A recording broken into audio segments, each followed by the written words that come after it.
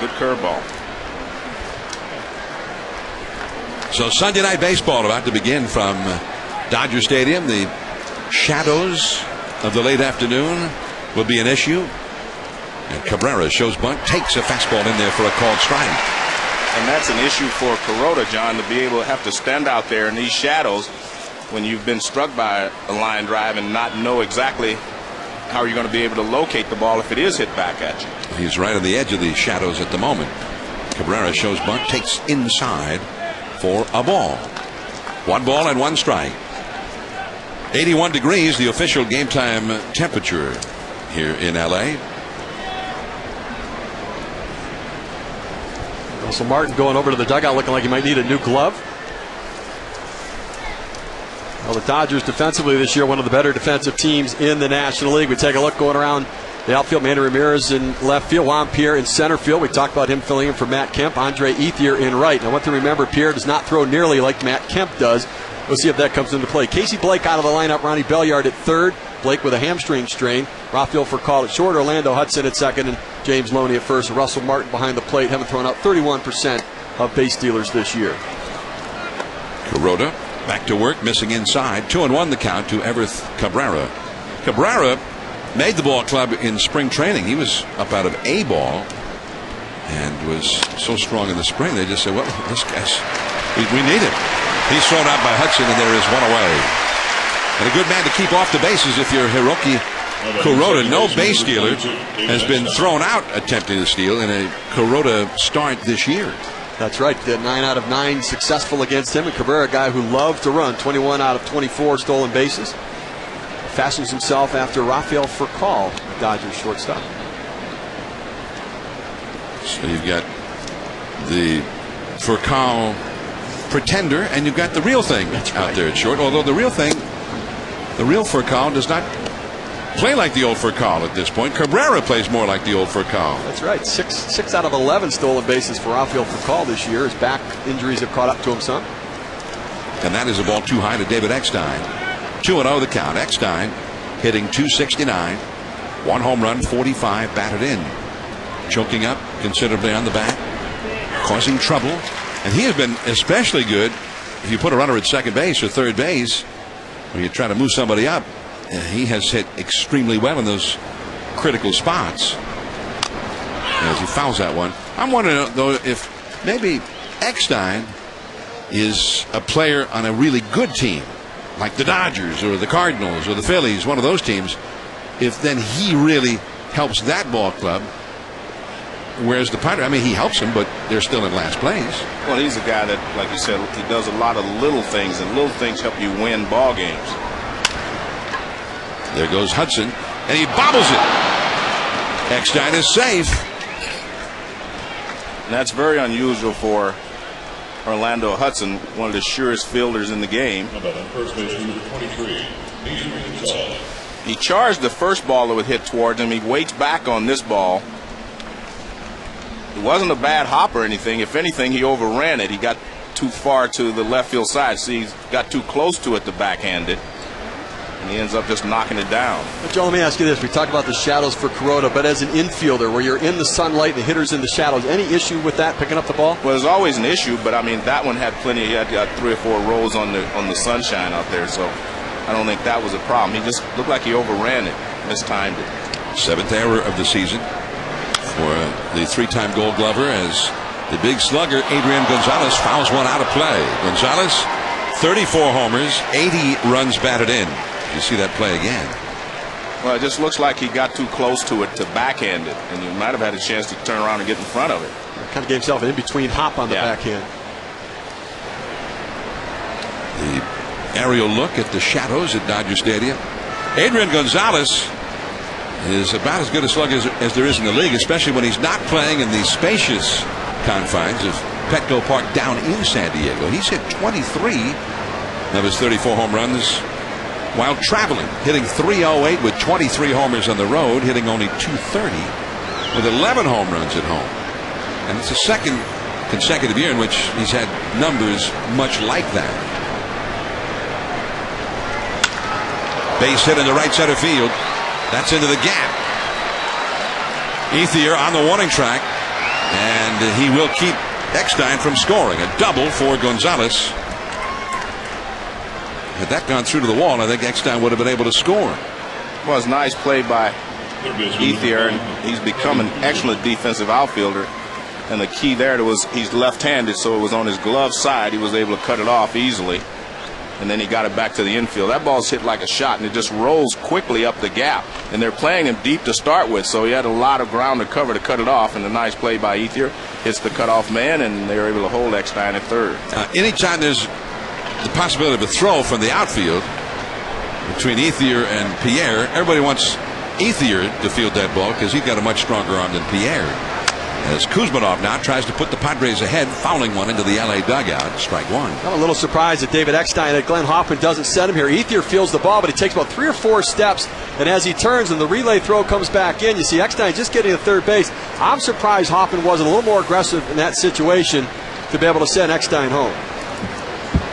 Kuzmanov does have 80 RBIs, tied with Gonzalez for the club lead. There's Glenn Hoffman, a former Dodger manager. Infield is back, normal depth.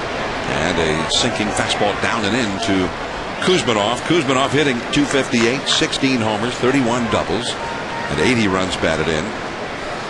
But his ops, the sum of his on-base percentage and slugging percentage added together, is below the league average.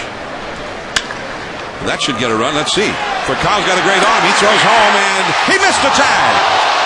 Just enough offline, and a nice fadeaway slide by Eckstein. It is 1-0 Padres.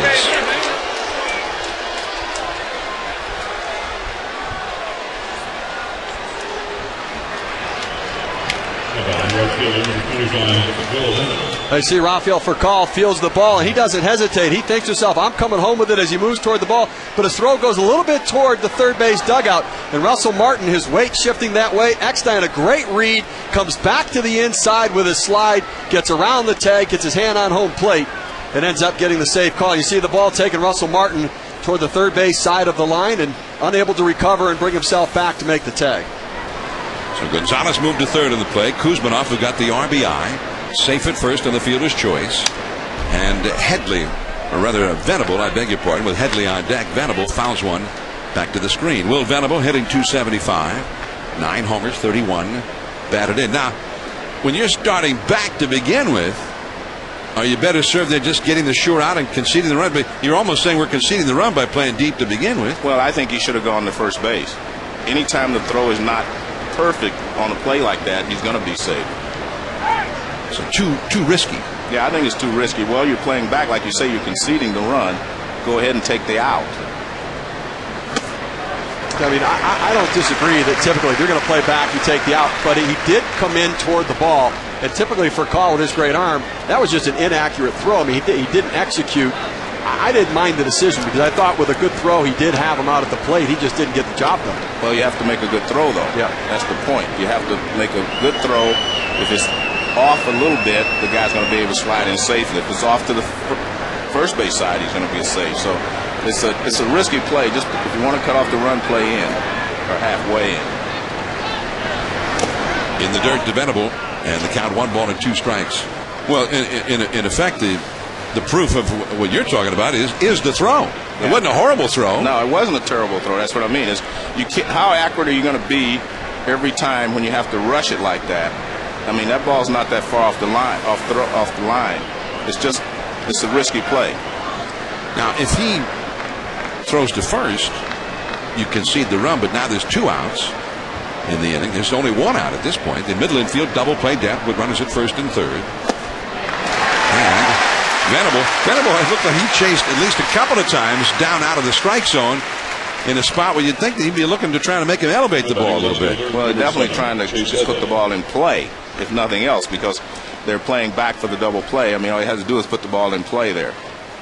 Venable strikes out for the 65th time in only 212 official at bats. Yes. A lot. Here is Headley. A switch hitter batting left-handed. There is Pierre on the move. He's there now. And as it turned out, the decision by Furcal does not cost the Dodgers any more than that one run that they would have conceded anyway.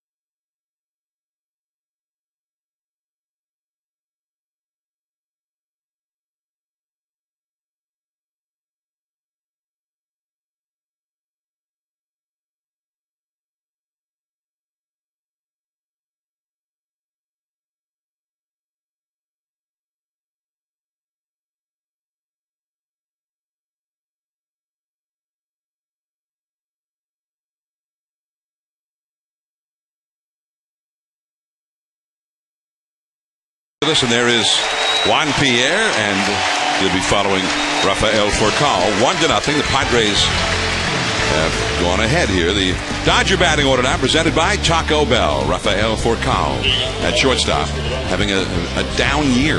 Juan Pierre hitting .319 in center field. Andre Ethier having a breakout year with the home run and RBI leader for the Dodgers in right field. Manny Ramirez had the night off last night, hitting .302 but not driving in runs. He's in left field. James Loney at first base, 77 batted in. Ron Belliard, recently acquired from Washington, is at third base. Casey Blake is down with a little hamstring problem. Russell Martin, the catcher, bats seventh. Orlando Hudson hitting eighth at second base, hitting .291. And Hiroki Kuroda is the pitcher, batting ninth. And Tim Stauffer on the mound for the Padres. He was the fourth overall draft choice 5 years ago in the draft, but he's had very little success at the big league level. He's had some arm problems. In fact, he missed all of last year. Hey, take a look at his numbers. He's actually pitched a little bit better this year than his numbers indicate. 54 hits in 52 2/3 innings. Throws, strikes. See the opponent's batting average, .270. About fairly even split between left-handers and right-handers. Nothing overpowering. 4 different pitches. Tries to change speeds, keep the ball away. The changeup is raked to Adrian Gonzalez, who, in addition to being a big slugger, is an excellent defensive player, and there is one away. Well, we said Stauffer missed all of last year with a shoulder injury, had surgery on that shoulder, and career as a starting pitcher, not great success. Fourth overall pick, as John said, in the 2003 draft. So one of the top picks finally coming around to be part of this rotation for San Diego.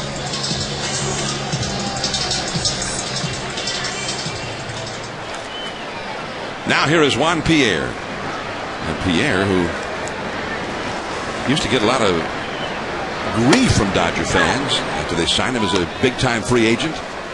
Pierre takes a called strike. But this year, he opened the year on the bench with Manny Ramirez in town. And when Manny got suspended for 50 games, Juan became an everyday player, and he became a savior in many ways. Hit that ball well to left field, but caught by the backpedaling Headley. 2 down. Well, let's take a look at the defense for the Padres. Headley in left. Tony Gwynn Jr. and Max Venable's son in right field. On the infield, Kuzminoff leads all third basemen in the National League in fielding percentage, 9.90. That's a lot, 990. Cabrera, Eckstein, Gonzalez, and Blanco behind the plate. Andre Ethier, and he is having a sensational season. And there's that changeup, and it is 0-1. It's an interesting situation with Ethier.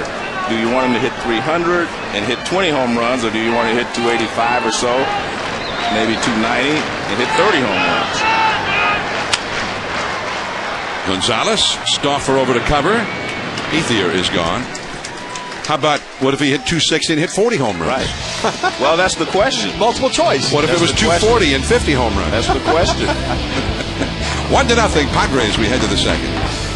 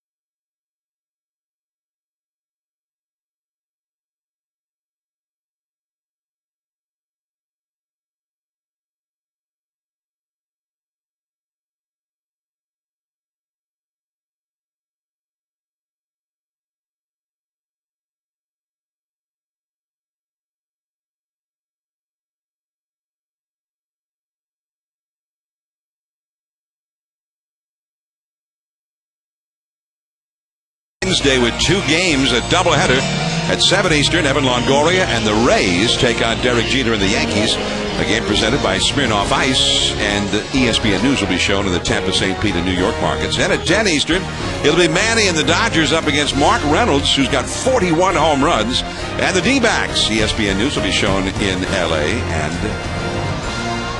the Sonoran Desert, the Phoenix area as well. Here is Henry Blanco, and he takes ball 1 from Kuroda. An unearned run in the first inning led to the Padres run. They lead 1-0. Blanco hitting 7 in the order. Tony Gwynn is on deck. There is Furcal, that great arm. 1 away. Our aerial coverage is provided by Goodyear. New Goodyear Fuel Max tires help you get there on less gas. You see those shadows coming across the infield and almost parallel to the left field line. Center field and right field are still lit up in the bright sunshine. The pitcher and the batter both in the shadows. The hitter's backdrop, meanwhile, in the bright sun. So here's Tony Gwynn Jr. Now, he's got the name, so he's got the genes, but so far, a 262 average, which does not remind you of his dad. I'm guessing there's got to be some sort of an albatross when your dad is one of the great hitters of all time and in the Hall of Fame, and you have his name. Well, I think it is tough to follow, a tough act to follow, but I mean, he's doing a pretty good job of working himself into this Padre lineup and getting a chance to play. He is completely different, obviously, than his dad as a hitter. I mean, his dad has the kind of old style hitting where you look at, that's the balance you keep there, and his son is going to be this modern where you're trying to lift the ball, you're staying back a little longer. It's a different kind of a swing, and I think his son probably will hit more home runs in the long run if he stays in the big leagues a long time because of the way that he swings. He's elevating the ball a little bit more than Tony would. They picked him up this year in a trade with Milwaukee. Oh, there's that splitter, strike 3. That was nasty. Shootout. Now, Kuroda's been able to go to the split finger fastball against some of these young left-handed hitters for the Padres. And you get up to the major leagues, you sit on the fastball, you think, all right, well, I can sit on a slider and a curveball, but the split can be a neutralizer. And Kuroda really only shows it when he's looking for that put-away pitch. And you see the depth on that right there in the Ford K zone. Kuroda to Stauffer. in there for a strike. Padres won here on Friday, and they shut out the Dodgers in that game. Scored early and won the game 2-0. Dodgers not able to hit in the clutch. Not Friday, not last night, even when they scored 7 runs. And not on this homestand. The Dodgers 8 hits in 52 at-bats as a team with runners in scoring position on the homestand. That reminds you of the pre-Manny era for the Dodgers last year. They would struggle like that. Think about the Dodgers this year. They've played 54 games in which they've scored 3 or less runs offensively in those games. Even the Padres have only done it 46 times. That strike 3 called to Stauffer. Now Manny Ramirez will head to the plate. An 11-pitch, 3-out, 3-down inning for Kuroda. 1-0 Padres, and here comes Manny when we come back.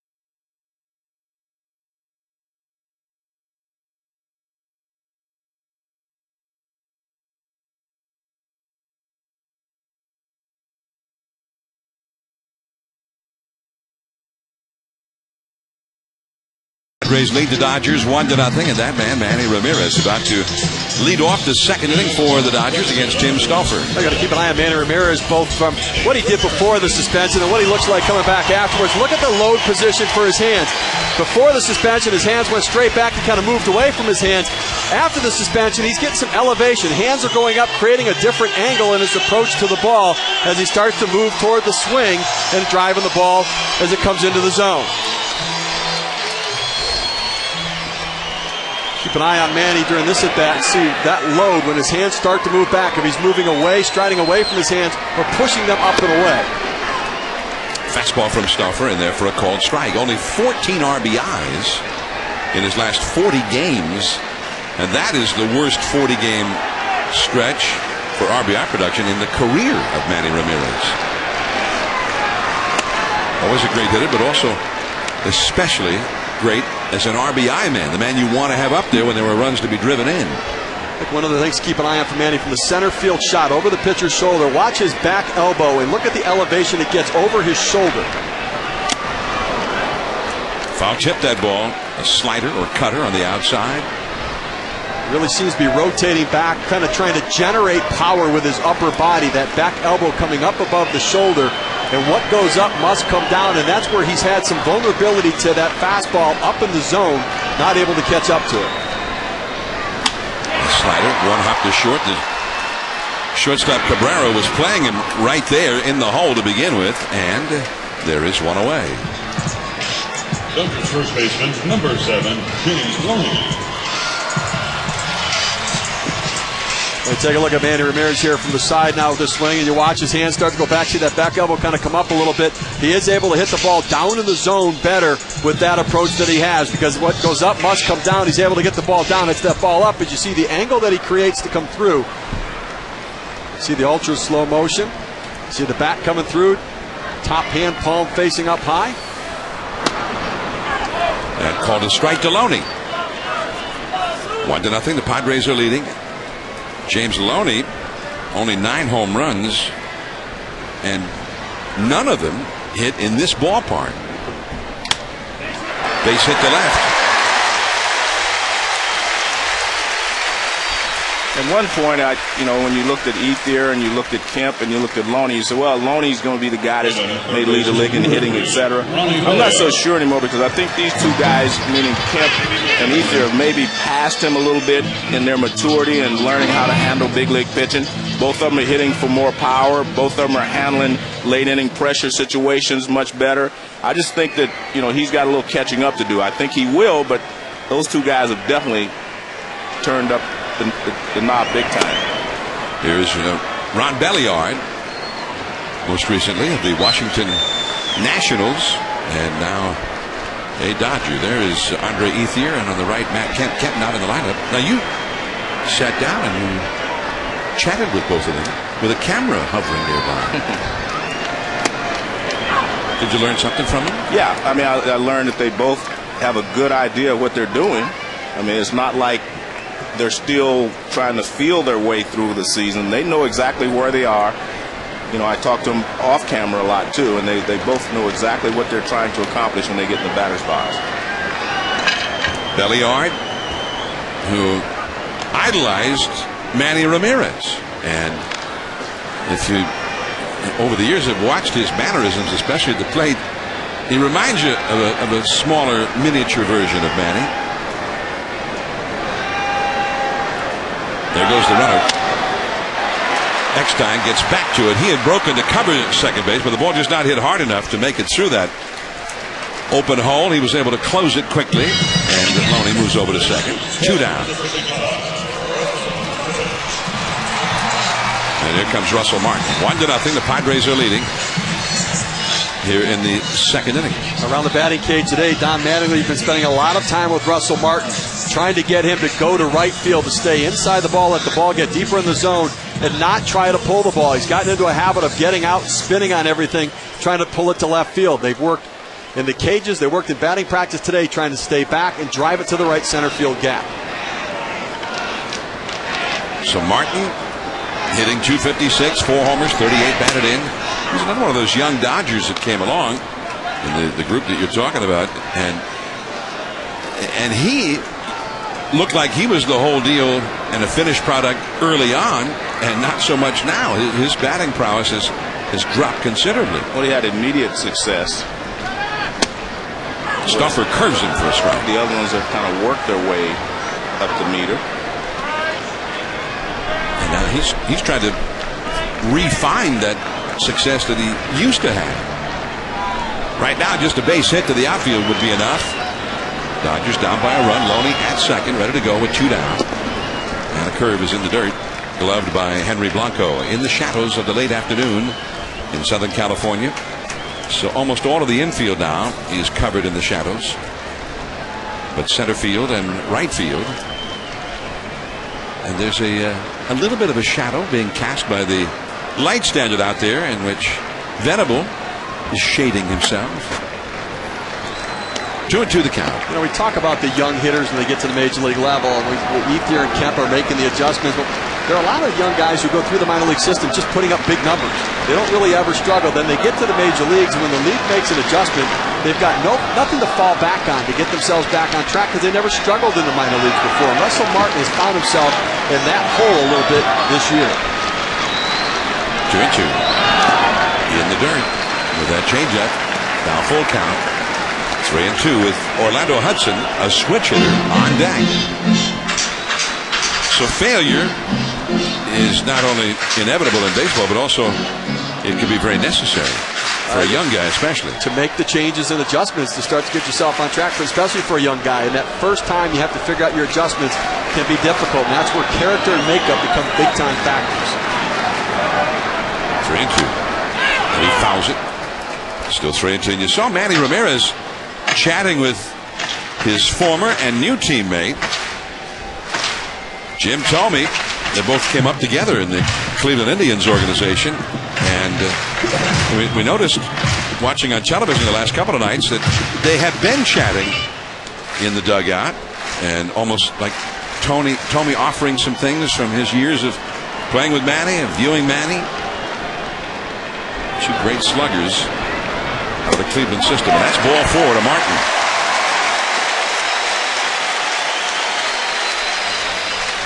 Count was 0-2 to Martin, and he ends up getting a walk.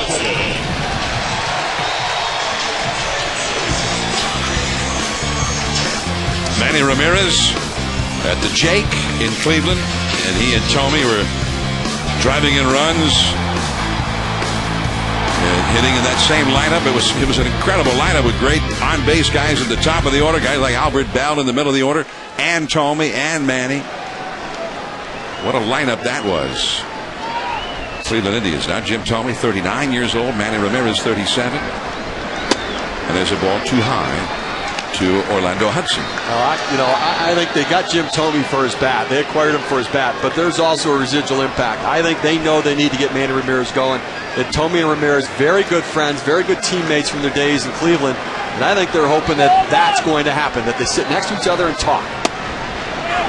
We did the game on Wednesday night, Jim Thome's first game with the Dodgers, and we showed in that game that Thome was talking to Manny about slow down, don't get jumpy at the plate, don't get rushing, don't overload at the plate. And I think they're trying to see that Thome can't help sell some of the messages that Don Mattingly is trying to get through to Manny. There's Ned Coletti, the general manager for the Dodgers. Slashes that one foul past third. 1 ball and 2 strikes now to Hudson. Don Mattingly, the fine hitting coach, and spending a lot of time with guys. And he said with Manny, the same thing with him. He's spinning off the ball. Though with Manny around the cage, I asked him how he was doing. He said, "I'm still the king. I'm still the king," he said. And there's his crown on his head right there. And that is strike 3 called with a curveball. Orlando Hudson thought maybe a little bit too high. 1-0. Another failure for the Dodgers with a runner in scoring position.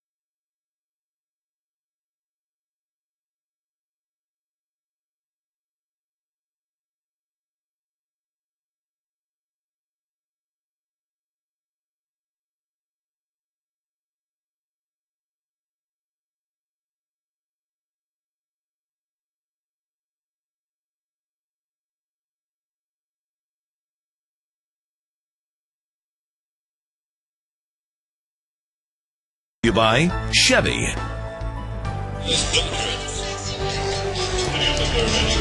We had the Viva Los Dodgers Community Festival yesterday afternoon here outside of Dodger Stadium, the 12th year of the event, and sort of a party for everybody to enjoy. And they also had a Manny Ramirez look-alike contest. Not sure who won it, but it looked like there could have been a lot of candidates. Manny himself sort of looks alike the Manny Ramirez that he got for the last 2 months last year, who hit nearly 400, but he hasn't hit like that Manny Ramirez, nor like any Manny Ramirez who has ever played for anybody at least the last 40 games. And that's, guy's 37 years old, and that's where you start wondering. He's also not that happy-go-lucky guy that he was last year when he was hitting 390. Everett Cabrera running up as if to bunt, taking ball one from Kuroda. 1-0, the Padres are leading. Have you ever seen a guy hit 390 that's not happy-go-lucky? And Manny, who served a 50-game suspension earlier this year for a violation of Major League Baseball's drug policy, and he has not hit nearly as well since serving those 50 games, and he has allowed his how taking batting practice and trying to stay in shape and whatnot, taking swings, was a little bit different than actually facing real big league hitters on a daily basis, or big league pitchers on a daily basis. Cabrera again showing bunt, and again a ball missing, and it is 2-1. He was hitting 348 at the time of the suspension. He was slugging the ball 27 games into the year, and he was doing a lot of stuff very similar to what he had done the last 2 months of last year when he first came over from the Red Sox. But only a .281 average since the return. Cabrera fouling one. Dodgers got off to a great start. They were 21-8 and averaging more than 5.5 runs a game, hitting .283. And then without Manny, 4.4 runs per game, although they still had a winning record. Cabrera takes in the dirt from Kuroda, ball 3. Since he has come back, their offense has picked up a little bit, but nothing close to the way it was before.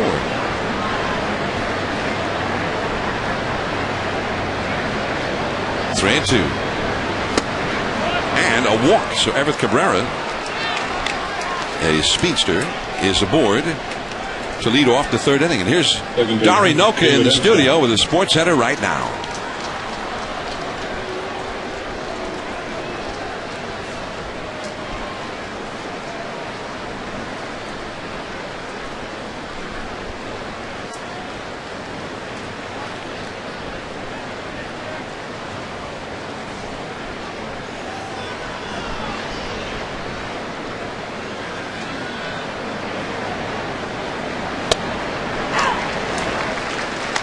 There's a strike to Eckstein, and it is 0-1. Eckstein safe on an error by Orlando Hudson, and eventually that was turned into the only run of the game, an unearned run in the first inning for the Padres. So Eckstein, now this is where Eckstein can really show off his talent. You got a speedster at first, and he's a good hit and run man.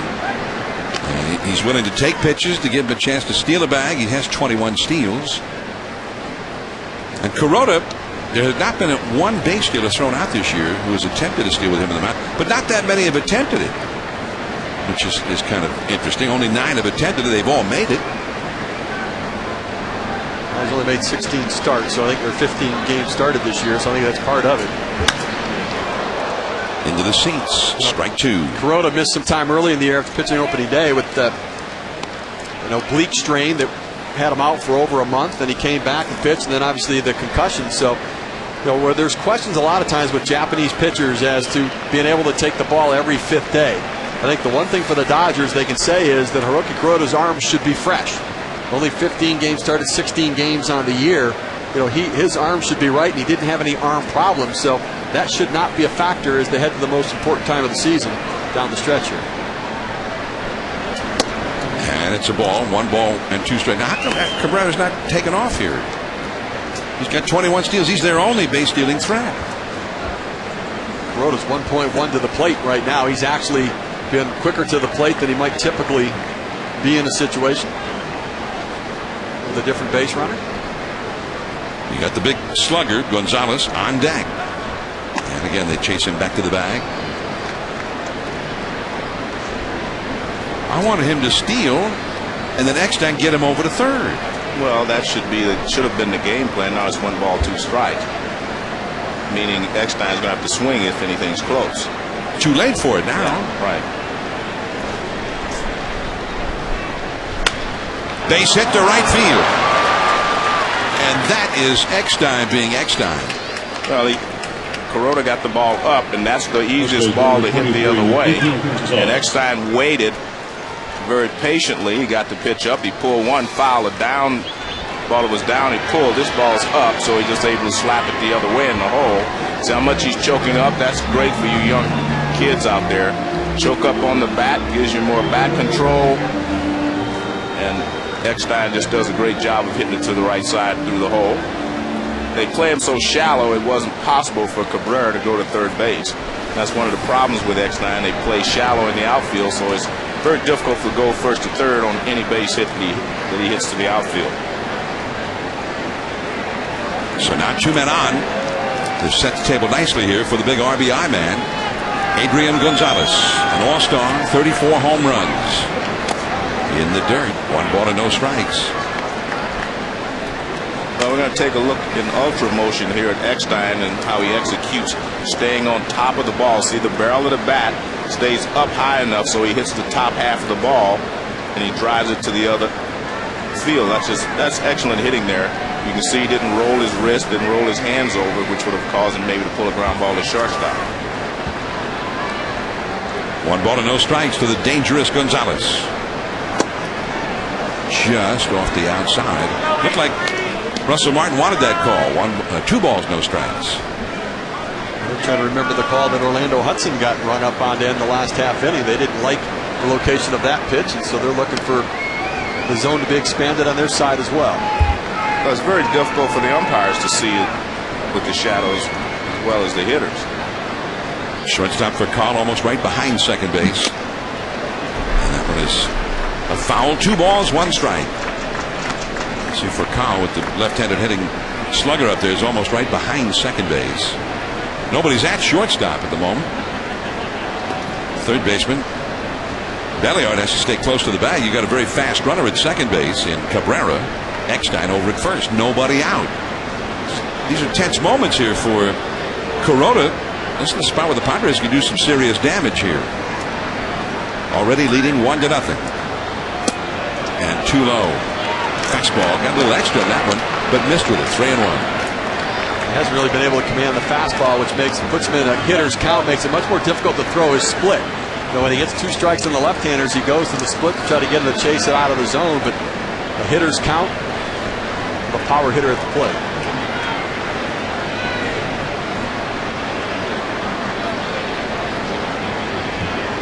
Three and 1 the count. And back to the screen, keeping the ball away from Adrian Gonzalez. Full count now. I always like to bring this up when you got a fast runner at second base, especially. Do you send him now?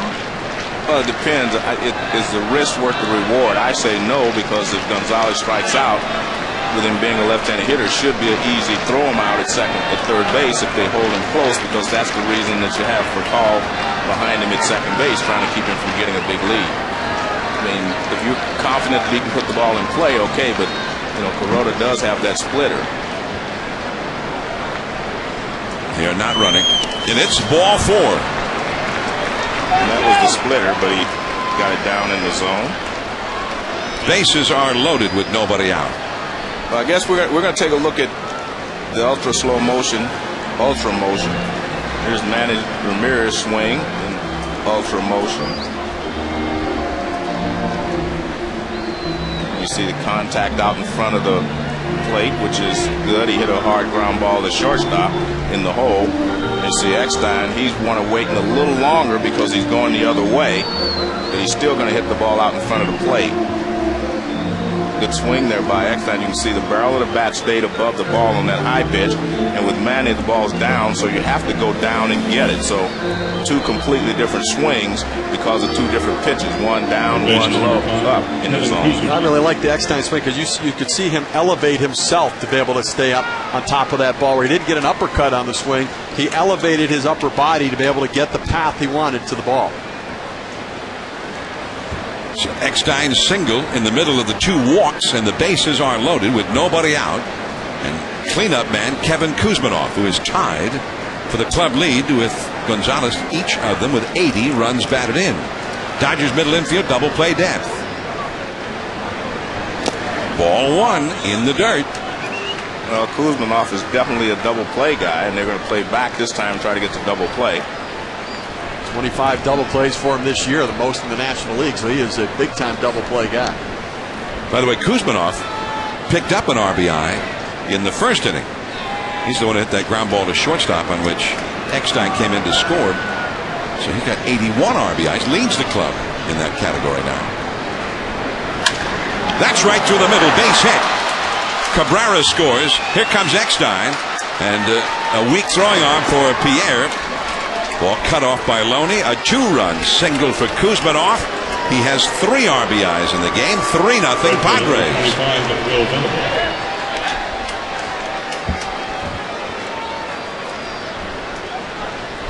I mean, if you're the Dodgers, you don't know what to expect from Kuroda. That's not a bad pitch there. It was a sinker on the outside. Ball's tailed back a little bit. Good swing by Kuzminoff, going right back through the middle. Didn't try to pull it. And he hits it right up the middle for 2 runs for the Padres. No chance to get Eckstein. He got a great break at second base. Even though Pierre doesn't throw well, no one would have been able to throw him out on that play. Here is Venable. He chases. Venable's been chasing pitches down below the knees. Both times he's been up there. For a young guy, you've got to learn from game to game and at bat to at bat and make that adjustment. But we'll see if he's able to lay off that pitch. He struck out his first time. Still nobody out. 2 runs are in. The Dodger bullpen is busy as the fastball is outside. In the Dodger bullpen, right-hander Jeff Weaver has started to throw. By the way, you showed the pitch that was hit by Kuzminoff for the single from K-Zone. And K-Zone brought to you by Ford. Venable chasing one there and fouling it. He's just been a little over anxious, it seemed like, against Kuroda. He's been expanding the zone. It's kind of a euphemism for swinging at bad balls. Yeah, it's a nice way of saying it. You know, Kuroda really cannot command his fastball so far in this game, and keeps finding himself more in hitters' counts, and it takes away his split from being an effective pitch. But when you chase it out of the zone, you set yourself up for it for potential strike 3.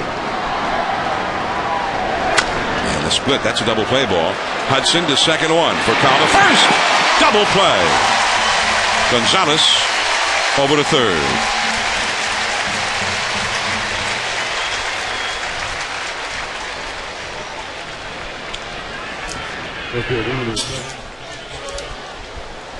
Well, you throw the split finger either for the strikeout or you get him to top it into the ground, and that's what Venable does right there. You see Orlando Hudson come to it quickly. The backhanded feed to Outfield for call. The strong arm to complete the double play. The runner advances to third. So now Gonzalez at third. Here is Headley. Very high, ball 1. So Venable came up there with runners at first and third, 1 out in the first inning and struck out. First and second, nobody out here in the third, and hits into a double play. So tough night for Venable already. Now they are walking Headley intentionally, and they're going to go after Henry Blanco, a right-handed hitter, instead. This will be the 3rd walk issued in the inning by Kuroda.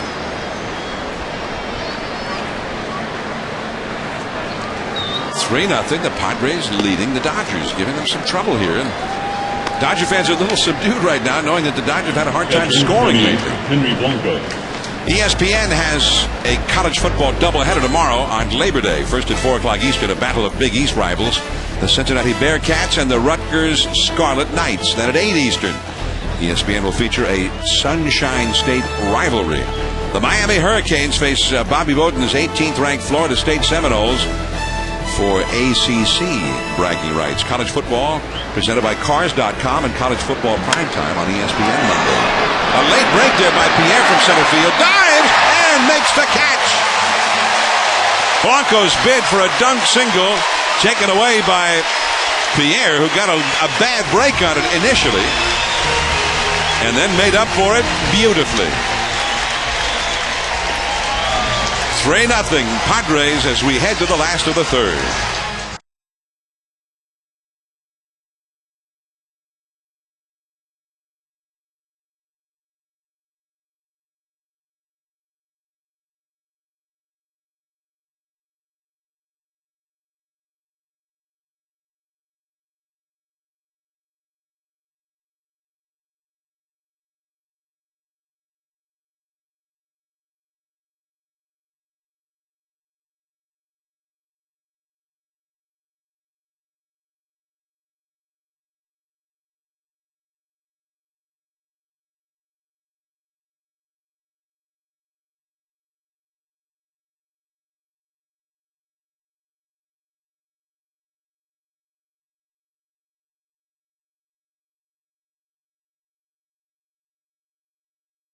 Angeles. And Joe Morgan had a chance to visit with Dodger outfielders Andre Ethier and Matt Kemp before the game. Let's listen in.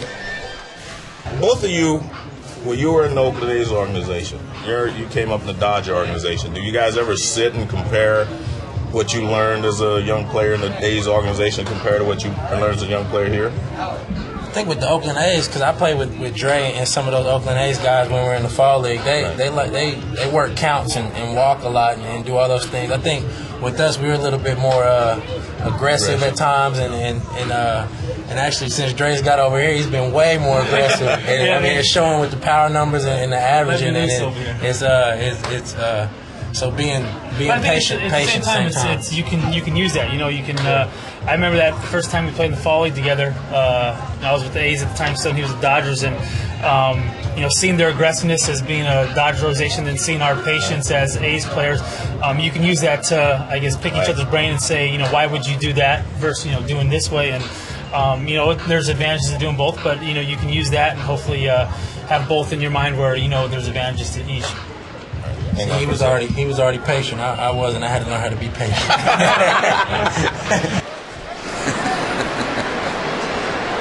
Joe with Matt Kemp and Andre Ethier before the ball game. Ethier due up fourth in this inning as Kuroda, the pitcher, leads off. Then Furcal and Pierre to follow. Matt Kemp is not in the lineup tonight. That's right by Stouffer, base hit for Kuroda. John, I think that's interesting in talking to them. He came up one camp, the A's organization, patience, the other aggressiveness. And I think there's the key, because we were talking off camera, that they try to meet somewhere in between. You want to show some patience to get a pitch that you can handle, but when you get that pitch, you want to be aggressive. You do not want to walk up there to take pitches just for the sake of taking pitches. So I think they both have learned their lessons well by the way that they've handled this season, because they have really moved up big time as far as I'm concerned. As players, not just hitters. They're players. They play defense. They do everything. Here is Furcal, and a curveball misses, and it's 1 ball and no strikes. Well, you mentioned how Ethier has been a little more aggressive, and it's paid off in terms of more home runs and RBIs. Right. Well, but you remember this about both of them. They're both kind of complete players. They've both worked at the entire package. Ethier's made some great plays, game-saving plays, in the outfield. And Kemp, leads the league in assists. So these guys have worked very well on, very hard on their defense as well as their offense. You see a lot of young guys, all they want to do is hit. And I think in the conversation there, Ethier talked about that once. Well, Peter Gammons had a nice column about some of the rising stars in the National League West that maybe get overlooked because they're out here, not playing in the big media markets back east, and playing oftentimes later at night after how people have already gone to bed back east. But he said when you talk to the scouts, despite the outstanding year of Ethier, they all rave about Matt Kemp, and they think that he has really risen this year big time and has a chance to become a huge superstar. There's really nothing in the game that he's not capable of doing. Well, when you look at him, he's the more complete player because he can steal bases. That's the difference. I think that's the only difference. I mean, he can steal bases, whereas Ethier plays great defense. He's a power hitter. They both hit well. But when you look at him, that's the difference. He has a chance to be a 30-30 guy, where I don't think Ethier will ever do that. But I think Ethier will learn to steal a few bases here and there. And when you look at Matt Kemp's production in center field, you get 30-30 production out of your center fielder. That's a profile that you don't often find around the major leagues, and it allows you to maybe mix and match the rest of your roster because of the great production you get. In right field, Venable. And Furcal is out number 1 with Kuroda holding at first base. And Venable is right out there at the edge of the shadows in right field, and the sun resting low above the upper reaches of Dodger Stadium. So got to be a tough time to be out there right now on a fly ball like that. You're looking right up into the harsh glare of the sunshine like that. So here is Juan Pierre. Curveball in the dirt. Pierre hit a fly ball to left his first time. He's 0 for 1. I thought the shadows showed a little bit with Pierre. You remember he got a bad break on the final out in the second inning, but third inning. But I thought that he He's looking up to the sun because this sun runs up the rim of the Dodger Stadium here. Sharp at the third. Kuzminov, nice pickup from his knees. Gets the lead runner. Kuroda at second with Eckstein covering. Now, Joe, you talked about Kevin Kuzminov defense. 3 errors so far this year. That's all he's committed. He's really been able to make every play. And Bud Black, the manager for the Padres, has raved about his defense. There's not a play that he can't make. This ball kind of slicing off the back of Juan Pierre. He ranges to his left. Then he realizes, I've got a little bit of time. Hiroki Kuroda, the pitcher, running. He commits himself to 1 out at that point, not thinking about 2, making the good feed to second base to Eckstein to get the force out. 3 errors for the whole season. Got the best fielding percentage among any third baseman in the major leagues this year. And Andre Ethier, that is ball 1. For fans at home to understand what 990 fielding is, that's really, you get, if you're going to get 100 balls, 99 of them you're going to catch. I mean, that's basically what you're saying here. If you get 99. Shadow center, Tony Gwynn Jr. And Ethier is 0 for 2. Joe talked to him before the game. Now he's in a slump. Going to the 4th inning. Gwynn will be coming up. 3-0 Padres.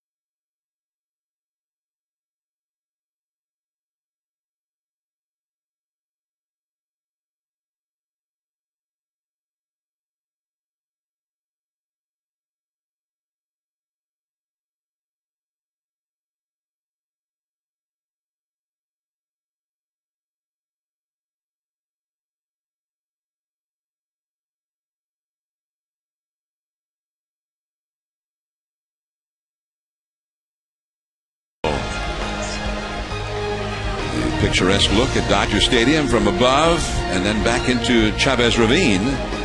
Dodger Stadium, which opened in 1962. First ball swinging. Gwynn hits one right to Loney. 1 away. 3-0. The Padres out in front. Let's go to the studio. Here's Dari Noka with the Sports Center right now.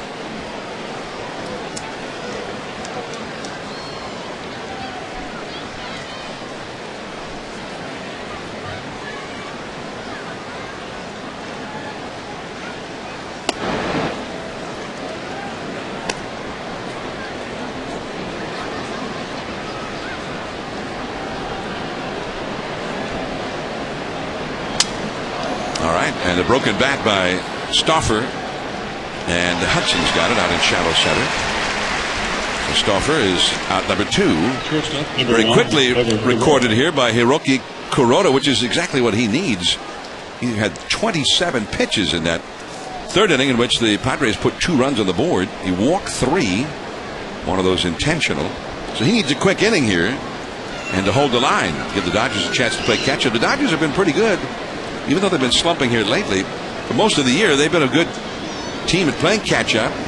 And your new best buddy, Andre Ethier, has been about the best in the game in either league. Put him in the 8th or 9th inning with the game on the line, and he gets it done more than anybody. What's interesting is I said both of these guys have stepped up. Matt Kemp has 10 RBIs in extra innings. That's more than anyone in Major League Baseball. And in fact, it's the highest total since Juan Gonzalez had 11, when he was with Texas. So, I mean, he is doing the job in the late innings, and we know about Ethier hitting game-winning home runs, getting big tying home runs. 2-1 the count to Cabrera, and Everett Cabrera, the leadoff man, is retired. A 7-pitch inning for Kuroda. Manny Ramirez coming up. Then Loney, then Belliard. 3-0. The Dodgers trail.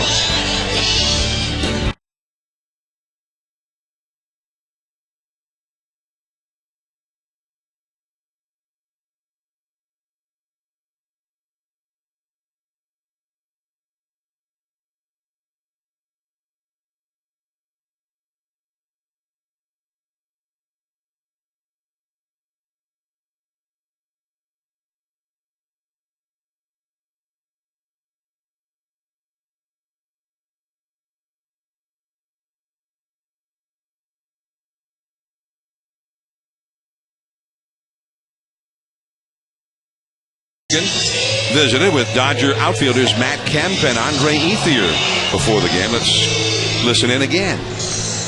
When we went to spring training, everybody said this is Manny's team. All of a sudden, you guys have stepped into the spotlight. How do you feel about that?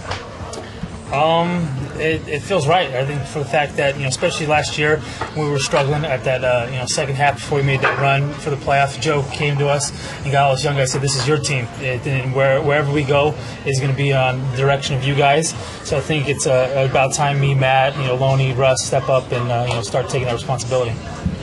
You've been called a great athlete. You're a basketball player, so forth. You've had to make adjustments. Now you're a complete baseball player. How have you been able to adjust mentally from all the other sports to this one?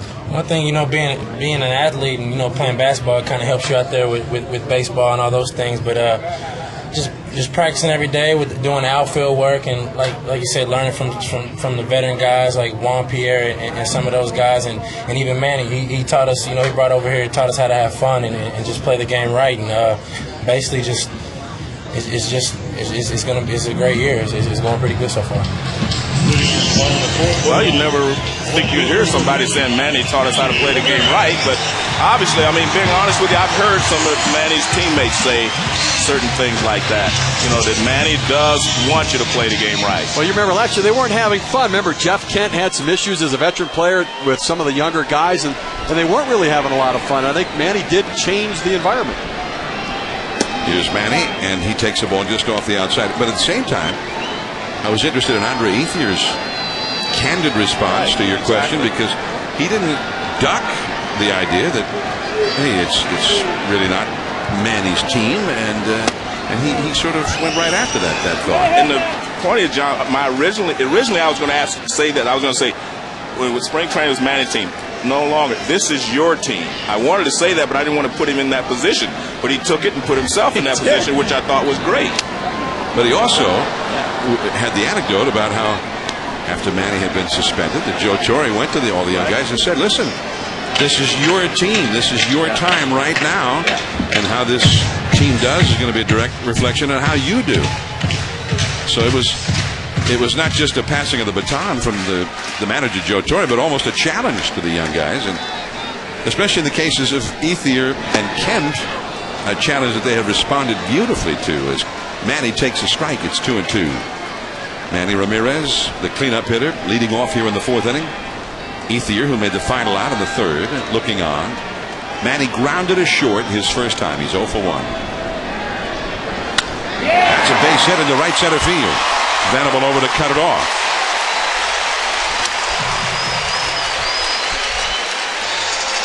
Let's take a look at Manny Ramirez's approach during this at bat. He stayed back and drove that ball to right field that time, something I'm sure Don Mattingly will like. He's on that breaking ball away. Then he kind of jumps a little bit at the ball down in the zone, call the ball. Fouls off that high fastball. They go back down away again, and then he does a nice job staying behind that ball, going back the other way. You see Manny Stay behind that front leg. Then keep the hands in close to the body. Drive that ball over the second baseman's head into right center field. Good piece in. Look at the balance, how he finishes at the plate right there. Outstanding at bat. And here is Loney, who singled his first time. And a changeup is too low from Stauffer. 3-0. The Padres are leading. Now, a lot of times with big hitters, big power hitters, especially when they're slumping, it's considered a pretty good sign if they start hitting the ball with authority to the opposite field. Which Manny did there. Off the glove of Kuzminoff and then retrieved by Cabrera. Everybody is safe. Well, the ball is going to go through for a base hit anyway if Kuzminoff would not have knocked it down. I don't think Cabrera would have been able to make a play on it.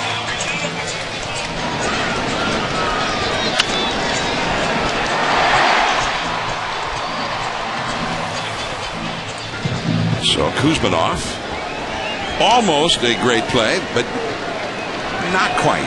So now Manny at second, Loney at first, and here is Ron Belliard. This could be two. Cabrera to second one, Eckstein to first. Double play. Manny over to third. I talked to Eckstein before the game, and I was talking about him back at his natural position, because he never had a shortstop's arm, although he played shortstop. But now he's back at second base where he belongs, and he can make the play. He had a weak arm at shortstop. Now he comes across, makes the play, gets up in the air, avoids the runner, makes an excellent throw to first base. So he is a natural second baseman. He struggled a little bit shortstop. He couldn't make the play in the hole like the guys with the strong arms. He's only made one error the whole year, that's pretty good. I would say. Russell Martin taking ball one. The Dodgers, we mentioned earlier, hitting with runners in scoring position. And for the season, as a result of their recent slump, only 10th in the league.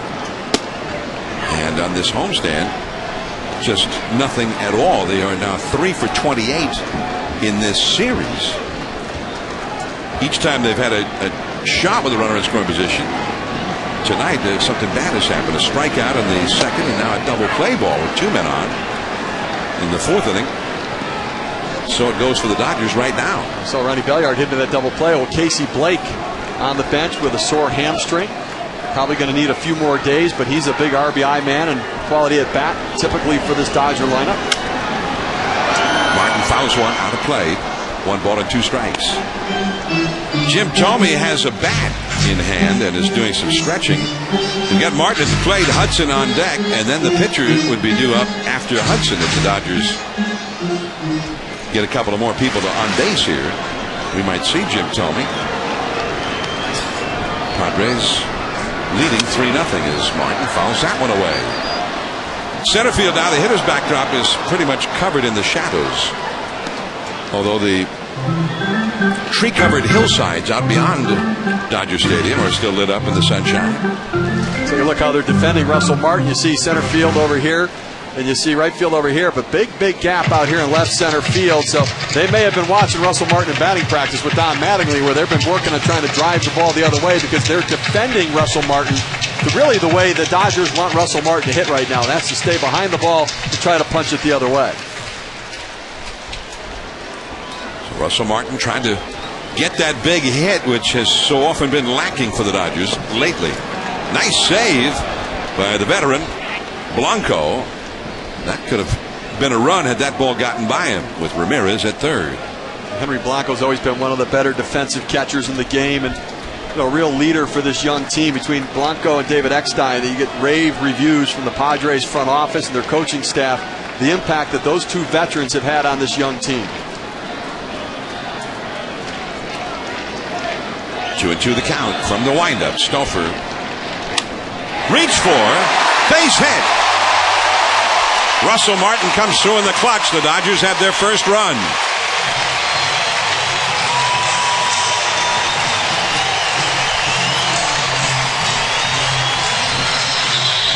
Well, we talk about how they want Russell Martin to stay back, but He gets fooled a little bit on this breaking ball. He starts flying open, but able to stay back enough to be able to flip his bat out there, reach for that, go right back up the middle with it.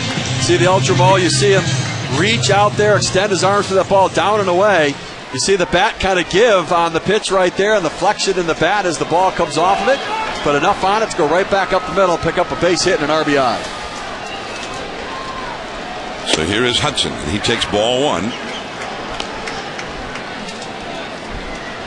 Orlando Hudson struck out looking his first time with a couple of men on to end the second inning.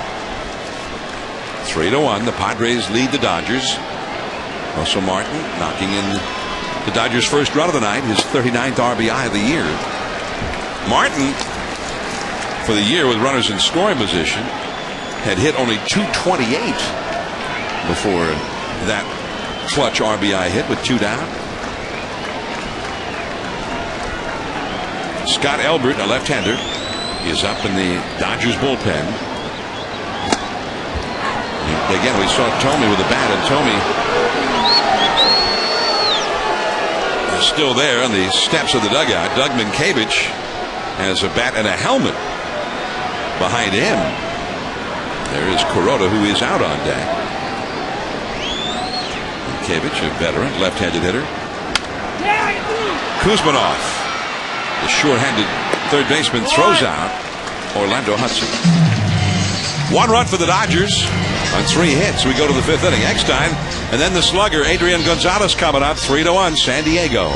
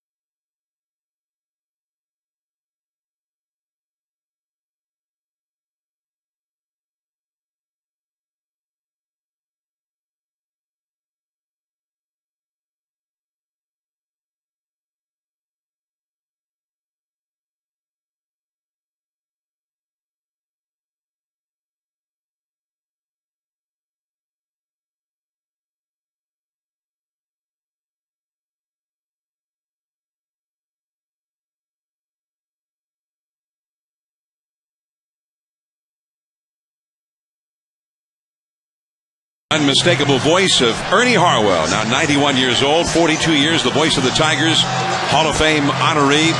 He said Friday that he has been diagnosed with inoperable cancer. He had surgery last month for an obstructed bile duct after feeling ill in the summer. The doctors then found a cancerous tumor and several days ago advised him against further surgery, which was very sad news. But Ernie had one request for us and for everybody else who might be talking about him and wishing him well, which was just not to talk about him in the past tense, at least not just yet. He's still very much alive and is still very vital, and he's got a lot of things on his plate.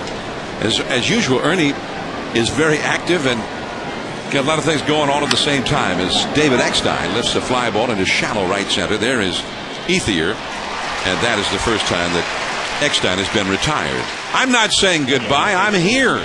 I plan to live life to the fullest until it's over. In fact, I'm heading out to lunch in a few minutes, and I'm going to have some ice cream, maybe even some macaroni. I I tell you, I grew up in Detroit, and I grew up listening to Ernie Harwell. Really learned the game from listening to him. And I tell you what, he impacted so many people's lives with his voice and his calls of the game. And he is one of the great broadcasters ever, and a fine gentleman as well. Here is Adrian Gonzalez, the big Padres slugger who's doubled and walked. We sent all of our thoughts and best wishes to Ernie. His wife Lulu has a beach ball had gotten loose out on the field out in right center, so time is taken here, and it's 1 ball and no strikes. Ernie himself, a former Dodger broadcaster, and perhaps the only broadcaster ever acquired in a trade for a player. He was a broadcaster for the Atlanta Crackers in the minor leagues. The Dodgers needed a broadcaster in the middle of the year, and the Atlanta Crackers owner said, well, we need a catcher. You have a guy in AAA named Cliff Dapper. You send us Cliff Dapper, we'll send you Ernie Harwell. So Ernie went to Brooklyn to join Red Barber doing the Dodger games. A couple of years later, Ernie went across town to the Giants, and he actually broadcast with Russ Hodges, another Hall of Fame broadcaster, and they were both on the air that day when Bobby Thompson hit the famous home run, the shot heard around the world. The Giants won the pennant in 1951 after a great comeback. Ernie Harwell, a treasure and one of the very greatest voices of the game. You know, he's been on the air with us several times. He called a couple of innings for us. Remember when we were in Detroit over the years? So it was great. It's always great to talk to him because he's always the same. He never changes his personality. He's always on top of everything. Well, Ernie is also a prolific songwriter. And when we had him on that one time in Detroit, I asked him about the songs, and I said, how many hits out of all those songs? He says, I had more no-hitters than Nolan Ryan. They got the big shift on here for Gonzalez, by the way. 3 infielders to the right at second, and the Dodger third baseman Belliard is at shortstop. Well, interesting. Belliard actually is playing over here because he's played a lot of second base in his career. Rafael Furcal stays at the shortstop position, so they actually have shifted Belliard to the other side of second base. Interesting decision by the Dodgers and defending Adrian Gonzalez. That ball is hit well to the opposite field. Manny Ramirez just looks up and watches it go way into the Dodger bullpen. The 35th home run of the year for Adrian Gonzalez. It is 4-1 San Diego. And he has more opposite field home runs than anyone in baseball. He will go the other way. Joe Torre was looking at that saying, I think I should have played Belliard on the other side of the left field wall, as the shift didn't come into play, because when Gonzalez hits the ball in the air, he does tend to go the other way with it, pulls it on the ground, as a lot of those big power left-handed bats will do. But that tailing fastball in the outer part of the plate, 3-2 count, comes with the fastball, but got it up in the zone, and Gonzalez drove it out to deep left field. And a swinging strike by Kuzminoff. As Ernie would often say, that ball was long gone. 1 strike to count to Kuzminoff. 3 RBIs. He drove in the first 3 Padre runs and has 83 RBIs for the year. Gonzalez with his 81st batted in, which is pretty good considering how often he gets pitched around when he's got a chance to drive in runs. And the count to Kuzminoff is now 1-2. Kuzminoff knocked in the first run of the game with a ground ball to short in the first inning, and then had a 2-run single to center in the third.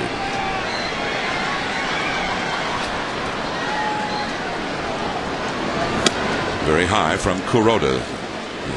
That home run into the bullpen by that man, Adrian Gonzalez. We saw the Dodger bullpen is active again. I think this is likely Kuroda's last inning. His spot comes up leading off the bottom of the 5th. So Joe Torre probably try to get him through this and see if he can't start some sort of offensive rally from the bottom of the 5th and go to the bullpen. Scott Elbert, the left-hander, is warming up out there. 3-2 the count to Kuzminoff. The Padres lead 4-1 here in the 5th inning. The second place Rockies won their game in Denver earlier. Kuzminoff just got a piece of that one.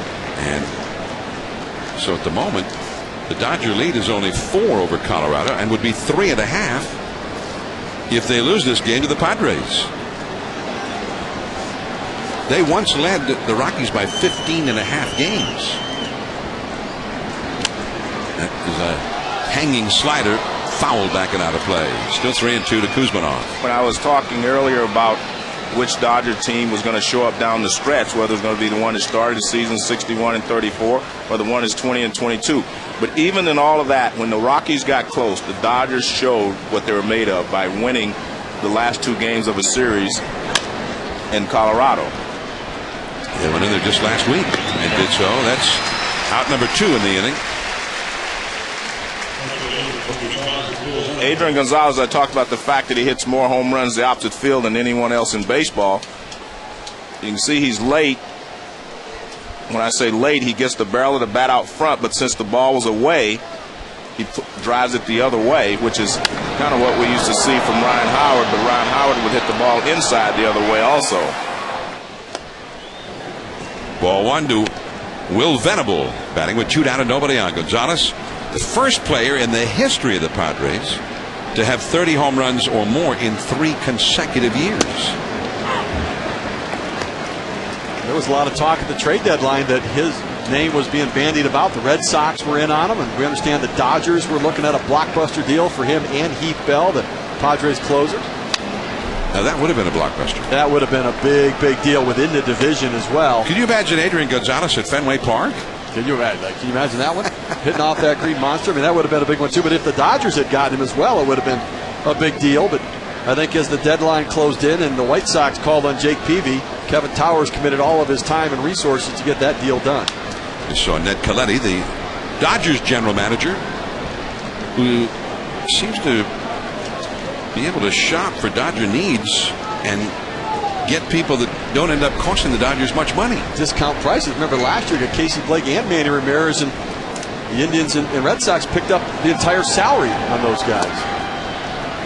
The splitter down and away from Kuroda to Venable. And it's 2-2. Venable has struck out and grounded into a double play. A run is in on Adrian Gonzalez's home run. Gonzalez, who himself had been acquired by the Padres in a pretty good trade.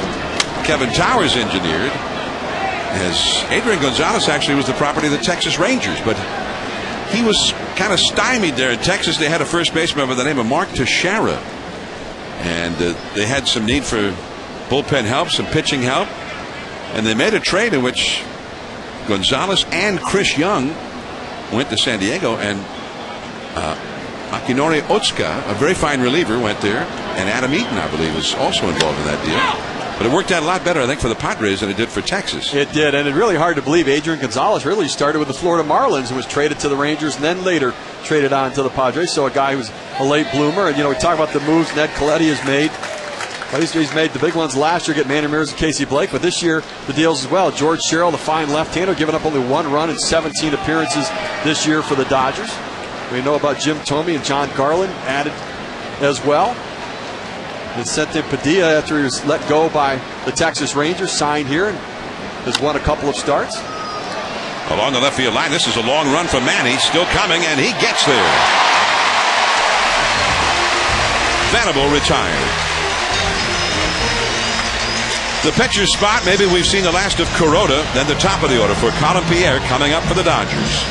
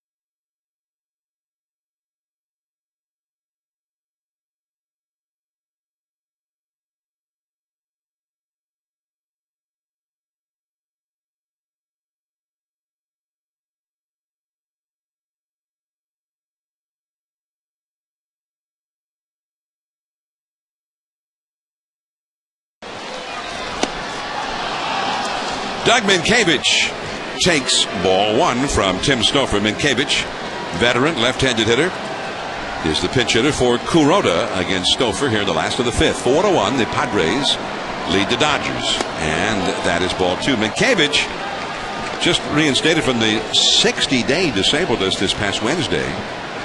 He got a base hit at his very first at bat back on April 16th for the Dodgers, but dislocated his right shoulder later in that inning, making an odd and awkward slide into second base. It was against the Giants, and ended up being placed on the disabled list, and he's missed most of the season. He has 3 hits in 6 at bats as a pinch hitter. There is Jeff Weaver up in the bullpen.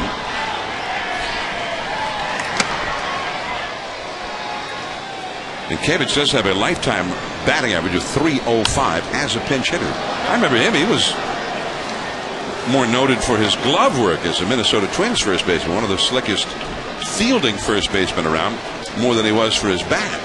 Outstanding defender. In fact, when the season began in spring training, he really didn't figure in the roster here with the way they wanted to construct it, but he really fought his way onto the roster. Joe Torre liked him from his days with the Yankees and remembered what he could do there. And good teammate, good role player. And he pulls that one foul. 2 balls, 2 strikes. He was one of those guys who came up with the Twins with Torrey Hunter and Jock Jones and A.J. Przinsky and that whole group of players. And they all took their lumps when they first came up, and then they got good together. But Minkiewicz has become a traveling man.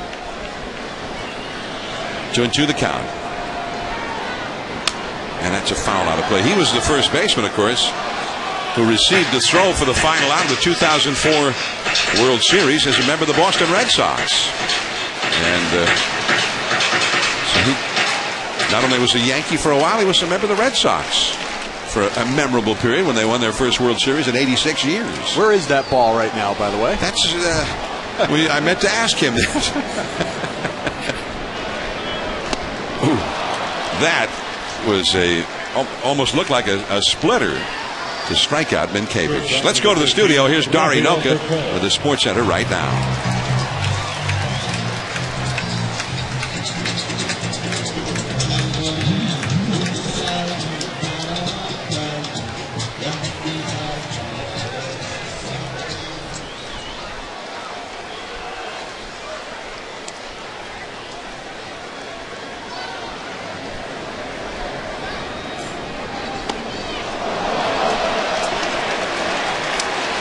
Sharp breaking ball from Stouffer right off the foot of Rafael Furcal.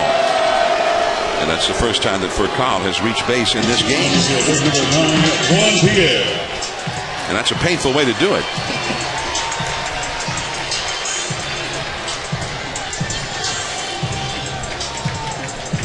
You see the pitch in there, he strides, and then once he strides, that front foot gets down and he plants and he's starting to shift his weight, can't get out of the way, and takes it off the toe and acts like it's killing him. Let's see if he starts to run.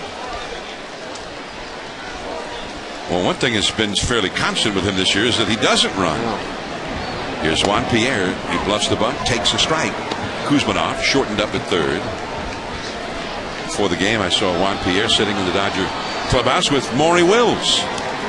Maury, one of the great bunters as a player.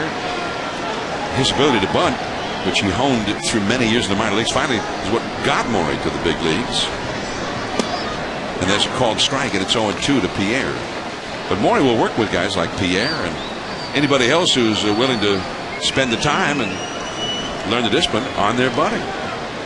Juan Pierre is a guy that will spend the time. He's one of the first to get to the ballpark every day, one of the last to leave, and he will work on his bunting. He'll get out early and try to deaden the ball. There is Eckstein, and he throws out Pierre with Furcal moving over to second base. So 2 men are gone.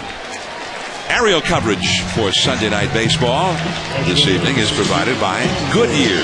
New Goodyear Fuel Max tires help you get there on less gas. Goodyear Fuel Max tires.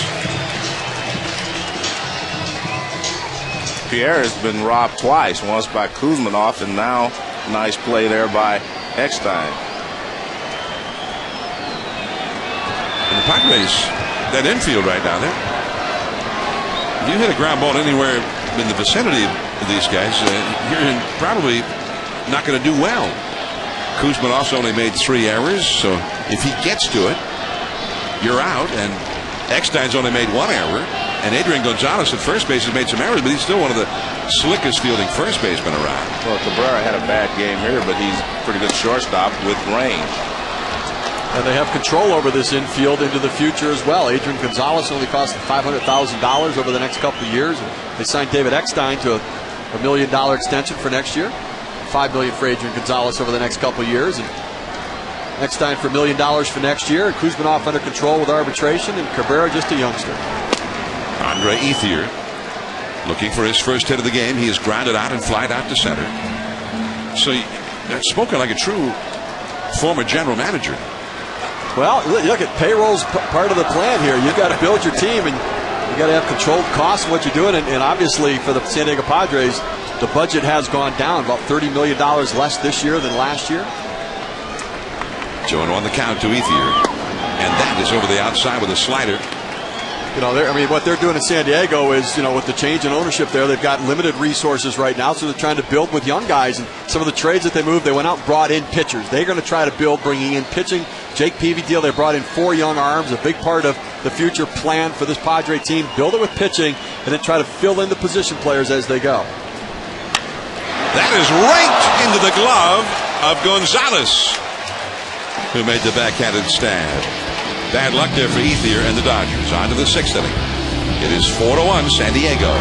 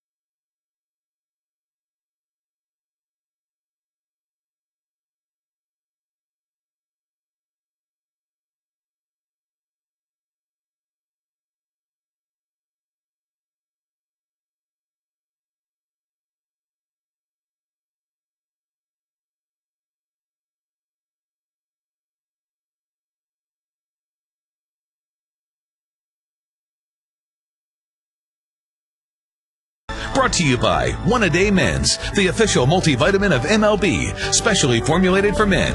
And the National Highway Traffic Safety Administration. Drive drunk and you will be arrested. Drunk driving, over the limit, under arrest. Looking off to the west into the sunshine, which is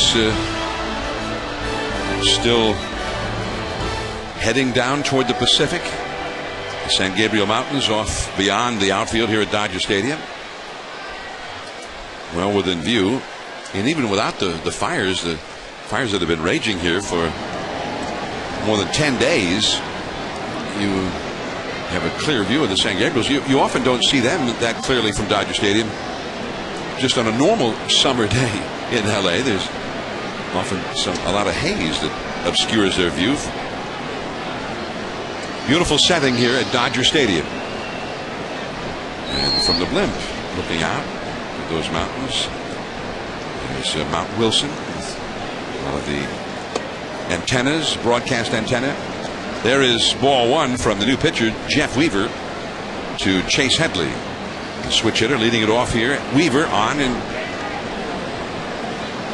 relief of Hiroki Kuroda. And a changeup in there for a strike. Kuroda lasted 5 innings in his first start back.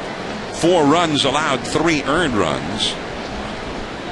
1 home run given up. Headley has flied out to left center and been walked intentionally. Blanco and Gwynn will follow. The sinker down and away. So it's 2 balls and a strike now to Chase Headley. The Padres, with a chance to take this series, they win this game. They take 2 out of 3 from the first place Dodgers. And being from down the coast, sort of a young cousin of the Dodgers here in Southern California, that's always a big event for Padre fans to beat up on the Dodgers. But also since late July, they've been holding their own against just about everybody. They're 22-15 since that time. Talked to Bud Black, their manager, before the game, and he said, look, June and July, we had a tough go of it. We had young guys that were trying to figure out whether or not they belonged to the major leagues, and they finally came around to the fact that they do belong, and they started competing. There is Orlando Hudson, and Headley is our number 1. Well, Bud Black said, we had guys just fighting to take their 1 for 4 and just hoping that they could stay in the major leagues and not get sent back down to the minor leagues. And, it's been a real teaching year for this Padres staff, and not only teaching about, how to get hitters out and how to swing and what to look for, but just teaching how to be a major leaguer, teaching how to be a professional, and dealing with the failures that come with being a young guy in the major leagues. And they've done a real nice job of that. Bud Black rewarded with a contract extension for 2010, an option for 2011. Here's Henry Blanco, who is grounded out to short and flied out to shallow center. And he takes a knee-high strike. The Padres not only doing some damage here to the Dodgers and hoping to do more here tonight, they've got 6 games left with the Giants, who are 2 games back of the Rockies in the wild card division. They've got 6 left with the Rockies, who at the moment are just 4 back of the Dodgers. And they've got another 2 games set with the Dodgers still to come. So they got a chance to have a say in how this division turns out and which teams are going to go to the postseason and which won't. Well, the Dodgers have the best record in the West. They're 38-19 against the West, so they have the best record in the division anyway. Their excellent overall record for the season is largely built against their brethren in the West. Colorado is below 500 within the division. The Giants are only 1 game over 500. The Dodgers 19 over 500 when playing teams in the division. Strike 3 called to Blanco. And if they win tonight, they have a chance to have the best record in the league again. They were tied with St. Louis before the start of play today, and St. Louis lost, so they have a chance of going back into that position. And I think it's very important for them, if they can have the best record in the league. That's going to be a big, big deal for them, because I think that'll help them to deal with the likes of St. Louis and maybe Philadelphia if they have to get that, if they get that far. Phillies have fallen on hard times, and they're like the Dodgers right now, not scoring runs. As if the Braves, who we saw against the Phillies last weekend, and then the Giants later in the middle of the week, put their big hitters into a huge slump. They have not been able to come out of it. I think the difference is that when the Phillies do come out of it, they're power hitters. That's the thing you have when you have home run hitters. They are streaky. A little more streaky than, say, your guys that hit for an average. I mean, these guys are a little streaky, and when they get hot again, they'll run off about 5 games in a row where they'll score 8 or 10 runs. Phillies had only 3 runs in their 3-game series with the Giants at home. Twice. And they won 2 of the 3 games. A win is a win is a win. Well, they didn't score many runs against Atlanta. They scored 8 runs in 3 games against Atlanta and won 2 out of 3 in that series, too. Base hit to center for Tony Gwynn, Jr. So a 2 down, Stuffer, the pitcher, will come up. 4-1, the Padres are leading. Doubleheader baseball action on Wednesday. The hunt for October continues at 7 Eastern. Evan Longoria and the Rays up against Derek Jeter and the Yankees, presented by Smirnoff Ice. ESPN News will be shown in Tampa, St. Pete, and New York at 10 Eastern on Wednesday. Manny and the Dodgers up against the 41 home run man, Mark Reynolds, and the D-backs. ESPN News will be shown in both LA and the Phoenix markets for that game. And Dan Herron is scheduled to go, one of the best in the National League. Dan Herron against the Dodgers on Wednesday, probably against his old teammate John Garland. Garland, who was just acquired in a trade while Arizona was here earlier this week, and then faced his old team on Thursday night and beat him. I think that Rays-Yankee game looks like it might be Jabba Chamberlain and Jeff Neiman matching up against each other as the Rays fighting to keep their playoff hopes alive. Neiman has been one of the outstanding rookie pitchers in the American League this year. He's huge, and he has apparently got huge talent as well. Wade Davis, the youngster, came up today for Tampa Bay and pitched very well. One of the reasons why they traded Scott Kazmir away to create a roster spot for Davis, and he stepped up and performed. You see John Garland's numbers with Arizona and his one quality start with the Dodgers. Weaver thought he had him. So did everybody. Thought he had him. Everyone except Mike Estabrook behind the plate. No swing, says Jim Joyce, the first base umpire. So asking for the swing is just a cop-out.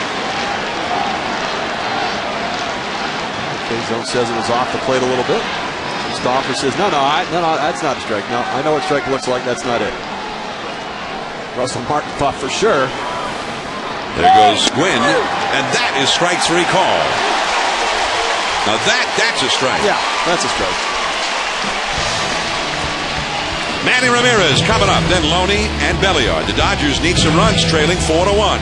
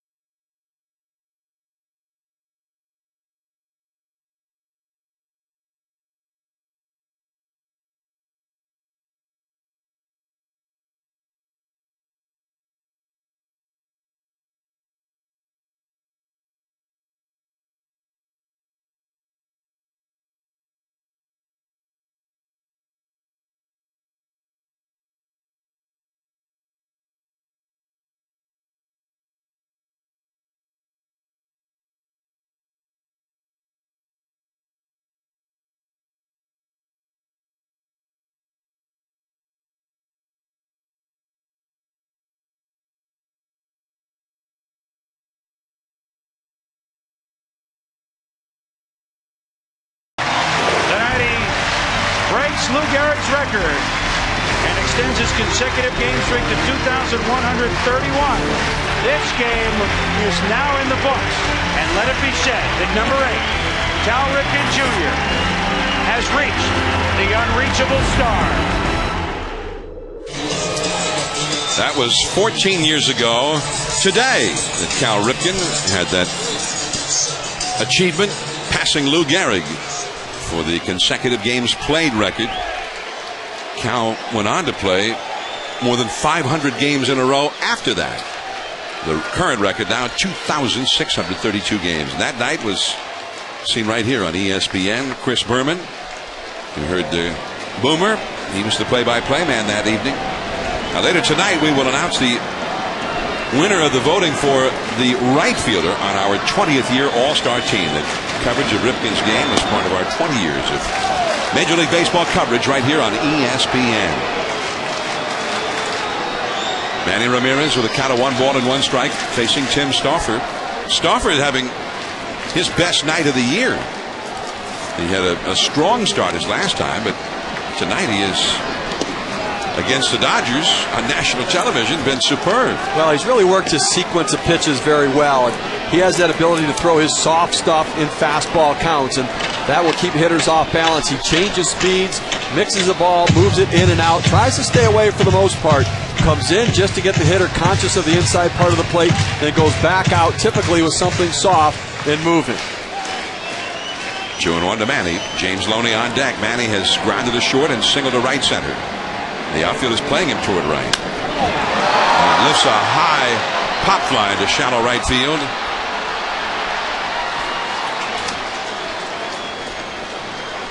One away. First baseman number 7, James Loney.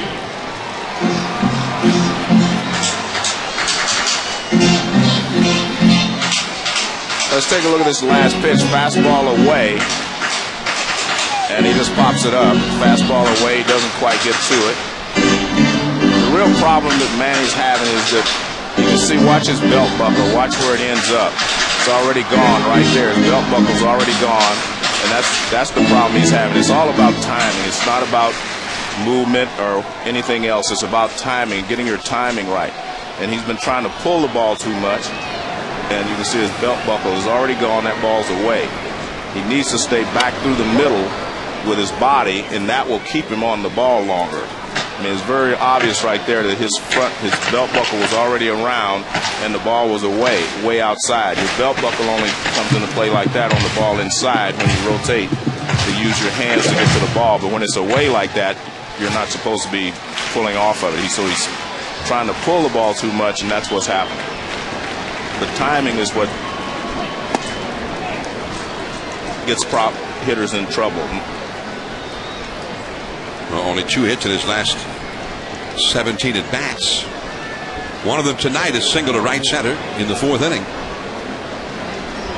Loney rips one foul right by Mariano Duncan, the first base coach. That's what you talk about. That look like that belt buckle's a problem. To me, it looks like the problem is his hair's in his eyes. I mean, you watch the swing here as he fouled through. I mean, how are you going to hit with your hair in your eyes like that? I mean, you're making it real difficult on yourself. You see on the follow through. Now, clearly, it's on the follow through for Manny, but that hair is certainly part of the personality and the charisma, but getting in the way a little bit. Joe, what do you make of the fact, they talk to Manny and he's not acknowledging any sort of distress about his more recent struggles? Do you buy it? Do you think it's eating him up inside? Well, I mean, if you're a hitter, you always want to hit. And Manny Ramirez is one of the best hitters in the history of the game. And so he wants to hit. But it was very obvious to me that the last time when he hit the base hit to right center field, he went back through the middle with his body, went back at the pitcher, and then went to the ball with his hands. If you start opening up too soon, which is what he's doing, then that's when you're going to have a problem. But I mean, anytime you're not hitting, it's going to bother you. But sometimes that's a symptom of the struggle, right? You're not hitting home runs. You're not doing the job that you're used to doing and you're paid to do. It's almost like you see that belt buckle open up there. Right. It's like he's trying a little bit too hard maybe to muscle up and launch a run. But then again, it's all about timing. Timing is what hitting is. Hitting is about timing. We use a lot of phrases like stay back, go the other way, hit inside the ball, stay inside the ball, all those things, but it's about timing. Keep your shoulder in. Yeah, we tell you all those things. But all those things happen because your timing is off. It doesn't happen because you're hitting the ball well. It happens because your timing is off and you're trying to find things to correct the timing. And usually your timing starts. Hey, good timing there by Belliard. Yeah. But Joe was talking. It wasn't good timing. He should have waited till he was done. But his timing is when your timing allows you to get the barrel of the bat out, allows you to get to the ball. If your timing is off, which his is off, well then you're doing a lot of different things. But it was very clear to me that ball was away and he's already over here. That tells you that he's not. His timing is off because he should be going back through the middle with his body. You can still pull that ball if your body is still there, over the plate. But when your body is gone and you're reaching out, you're in trouble. So here is Russell Martin, who singled home the Dodgers' only run. A 2-out single to center back in the 4th. And the count is 0-1. You saw Jim Thome with a bat. He's got the gloves on. Martin is the 7th place hitter. Orlando Hudson is on deck. And then the pitcher's spot. So they, with 2 down here, need to get a couple of guys out. But that's the ideal if you're Joe Torre for having Jim Thome around. Right. Get 2 or 3 people on base and then put him up there. Well, he got a base hit in his first at bat here in L.A. Single. But Joe wants him to be a guy that can, you know, be like Matt Stairs in the postseason, maybe, if you to be able to hit a big home run for you. Padres bullpen has a lot of activity going. Back at Stoffer here in the 6th inning. It's softly to short. Cabrera, the off-balance throw right there. 1 hit, 1 left, and now we go to the 7th. The top of the order, Cabrera, Eckstein, and big Adrian Gonzalez. 4-1 Padres.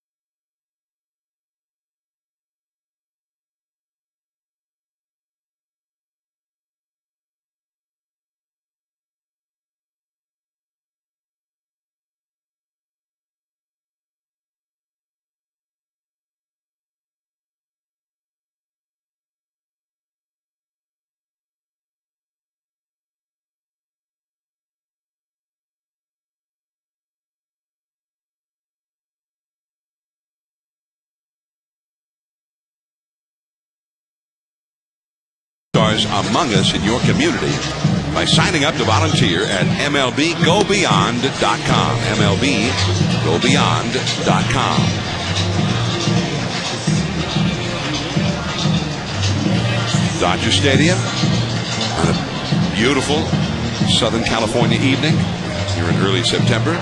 Labor Day weekend. We send along our best wishes to you and yours for a great holiday weekend. And if you're on the road or planning to be tomorrow, please drive safely. You might check out ESPN Radio if you're on the road tomorrow. They'll be having a game for the holiday with Dan Shulman and Dave Campbell.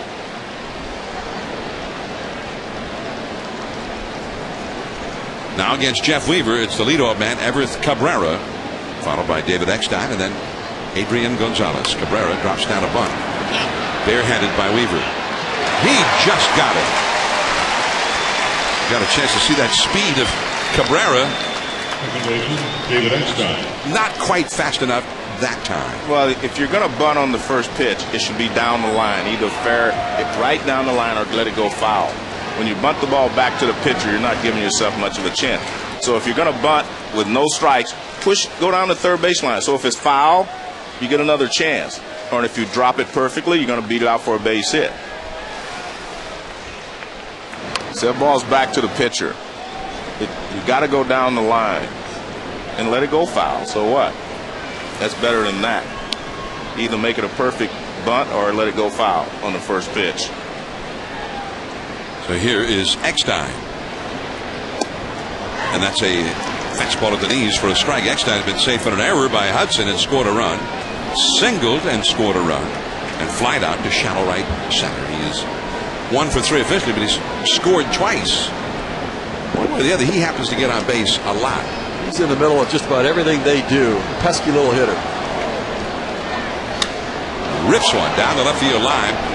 That kind of reminded me back in the 06 World Series when he was a Cardinal. Most valuable player. He was in the middle of everything going on there, and he was hitting the long ball too.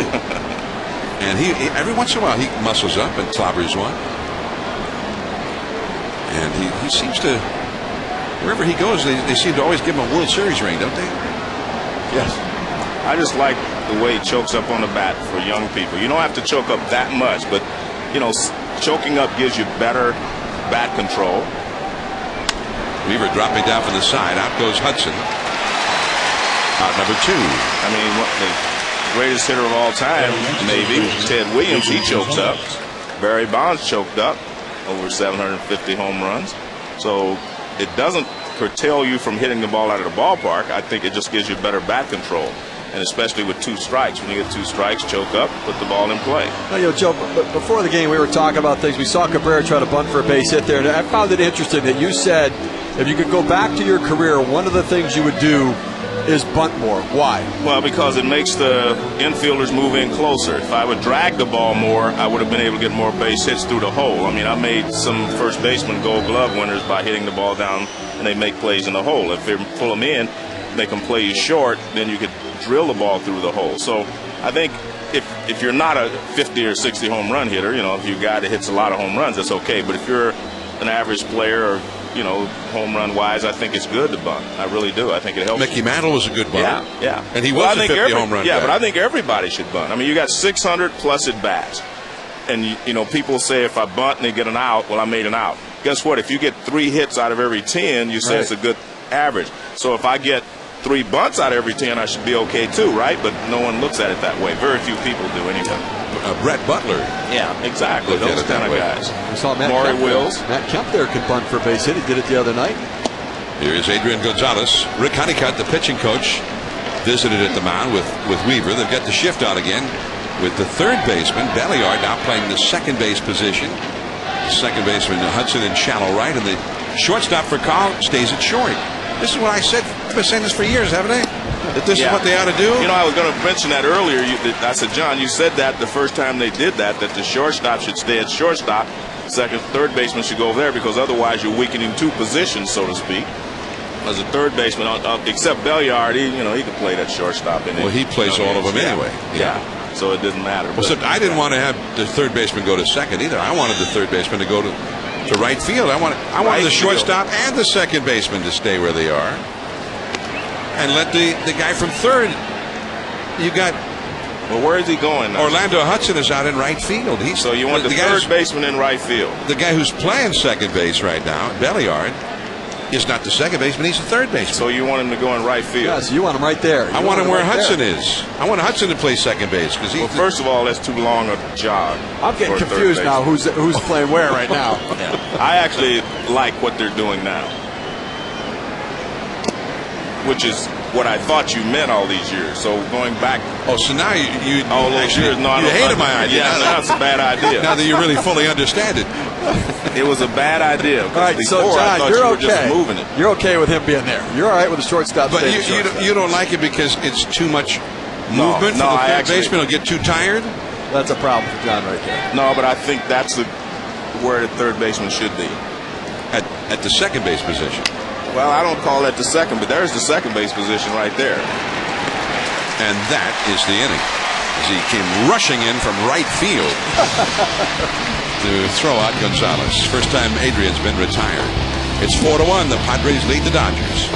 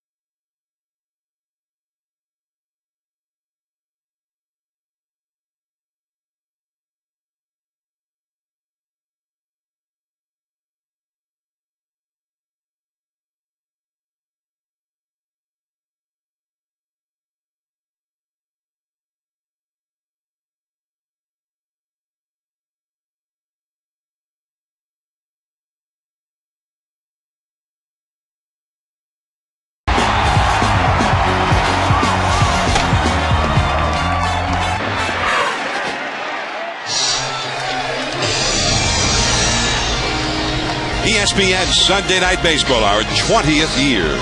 Presented by Taco Bell.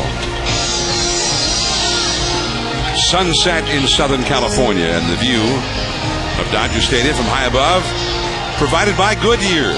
New Goodyear Fuel Max tires help you get there on less gas. And we're always happy to have the Goodyear blimp with us on Sunday Night Baseball. Dodger Stadium.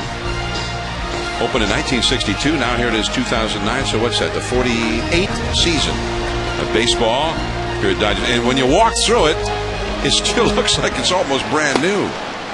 They have kept it up well over all these many years. As Tim Stauffer throws a called strike to Orlando Hudson. Stauffer having one of his best starts as a big leaguer. 6 innings, 1 run, 6 hits allowed. And right back to Stauffer. And Hudson is now 0 for 3. 1 away, and here comes a pinch hitter. It'll be Mark Loretta, veteran, right-handed batter, to pinch hit for Weaver here in the 7th inning. 4-1, the Padres are leading. By the way, I know you guys like to read. And Vin Scully, the great voice of the Dodgers, and our friend Curt Smith, who literally wrote the book about baseball broadcasting, the history thereof, Voices of the Game. But he's got a new book out called Pull Up a Chair, The Vin Scully Story. And I think you'll enjoy it. It gives you a lot of great info about Vin Scully, who, although he's never played a game in the big leagues, is beloved as the voice of the Dodgers, who once, and Dodger fans years ago were asked to vote for the all-time Dodger team. Vin Scully got more votes than any player of all the great players that they've had play for them. So check it out by Curt Smith. Pull Up a Chair, the Vin Scully Story. 60th year as the voice of the Dodgers. And Vinny's still going strong. Heard him last night. Sounds excellent. And he apparently he reads pretty well too, from what I've gathered. As Loretta now with strike 2. But in the book we talked about Ernie Harwell a little bit earlier in the broadcast. There's a story about Ernie's time with the Dodgers, working Dodger broadcast before Vinny actually was there. And his wife Lulu was sitting at Ebbets Field watching the game and sitting in front of a fan who was shouting at the Dodger hitters. Everett Cabrera, who made 3 errors last night, makes another one right here. He tried to one-hand that ball, and he missed it.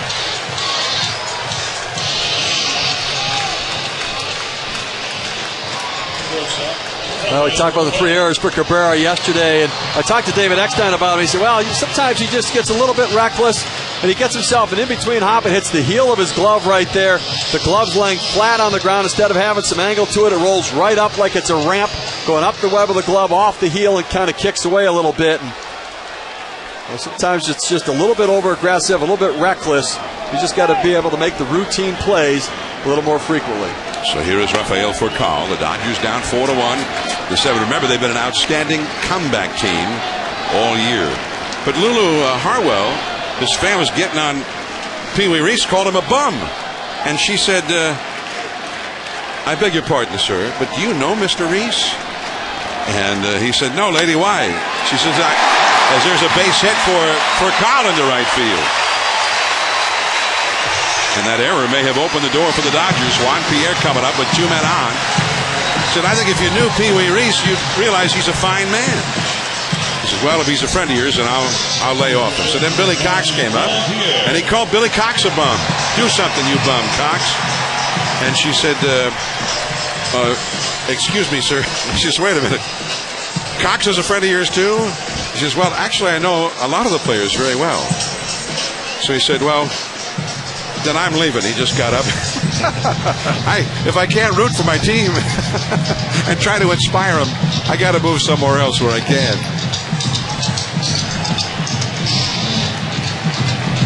Well, Bud Black's got his bullpen ready. Thatcher, a left-hander, and Gregerson, a right-hander, up in the bullpen as Pierre comes up. And as I said, Pierre's been hitting us some bad luck tonight. He's hit the ball hard twice, and he doesn't have anything to show for it. He is flied out to left to get robbed of a hit by Kuzmanov in the 3rd inning, and a beautiful play by Eckstein against him in the 5th inning. And it's 2-0. Dodger fans here have suffered with their ball club this week. The Dodgers have not hit well this week, but they also have an air of expectation about the late innings and their ability to come back. They've done it so many times. And a strike. Looked like he was taken all the way on that pitch, 2-0 pitch there, Joe. He got a 2-0 fastball. Would you rather see him be aggressive there, or are you all right with the take? No, I'm all right with him as a take. I mean, he doesn't mind hitting deep into the count. And he's not going to hit a home run. He hasn't hit one all year, so. Andre Ethier, who has hit 28 of them, on deck. Ball 3. The one thing about Pierre, he knows his strengths and his weaknesses. He knows he's not a home run hitter. He knows he's a guy that's supposed to get on base. And he'll get on base any way he can right here. But he's going to get a good pitch to hit, so.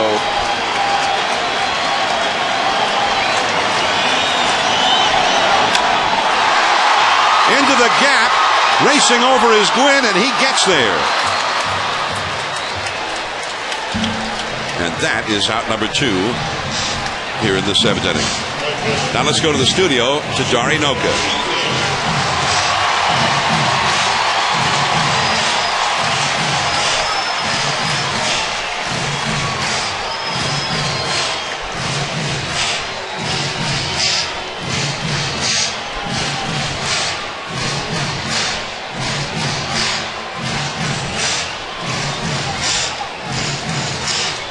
They keep driving fast around and around. So, Buddy Black with the left-handed hitting Ethier. The Dodgers home run and RBI leader coming up. He's going to bring in his left-hander Thatcher from the bullpen.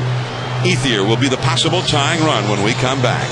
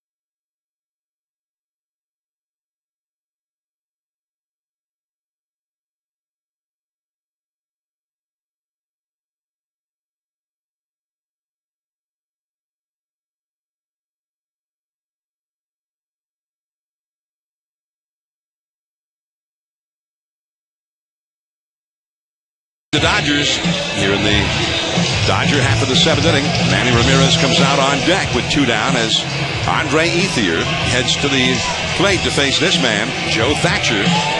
Thatcher has been the left-handed specialist out of the Padres bullpen, and his numbers are pretty good. With that scoreless over his last 11 outings, kind of drops down, kind of that sidewinding left-hander. Ranked 3rd in the major leagues in inherited runners scored, only 11.8%. So a guy who can get the big outs when Bud Black wants him to do it. Ethier 1 for 7 against him. 2 men on and 2 men out. 4-1 Padres. Right along the left field line. That ball is a fair ball. Loretta has scored. Here comes Furcal. Here comes the relay. And he scores. A 2-run double by Ethier. It is 4-3 Padres.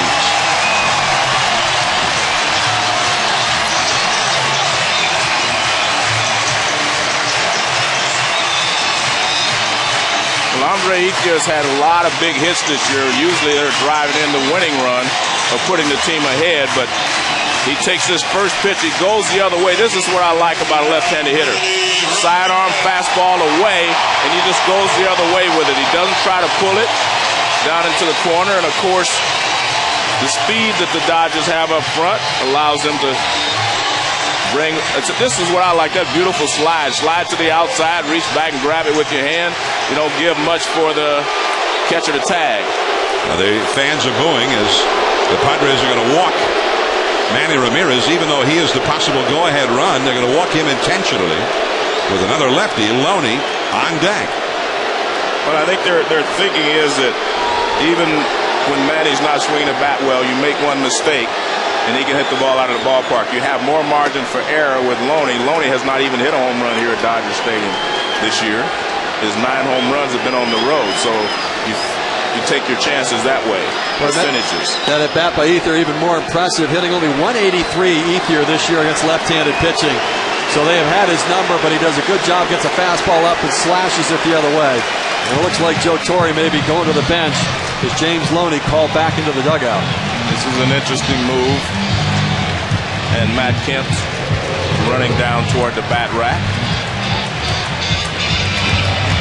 Kemp not in the starting lineup tonight, but he comes in here in the 7th inning with a chance to do some major damage with his club down by a run at 2 men on.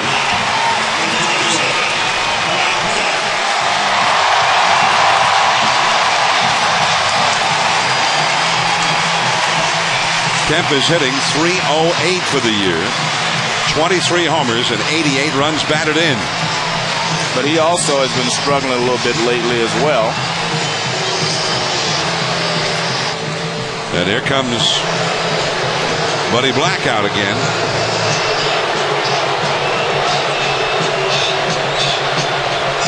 So he's going to bring in the right-hander.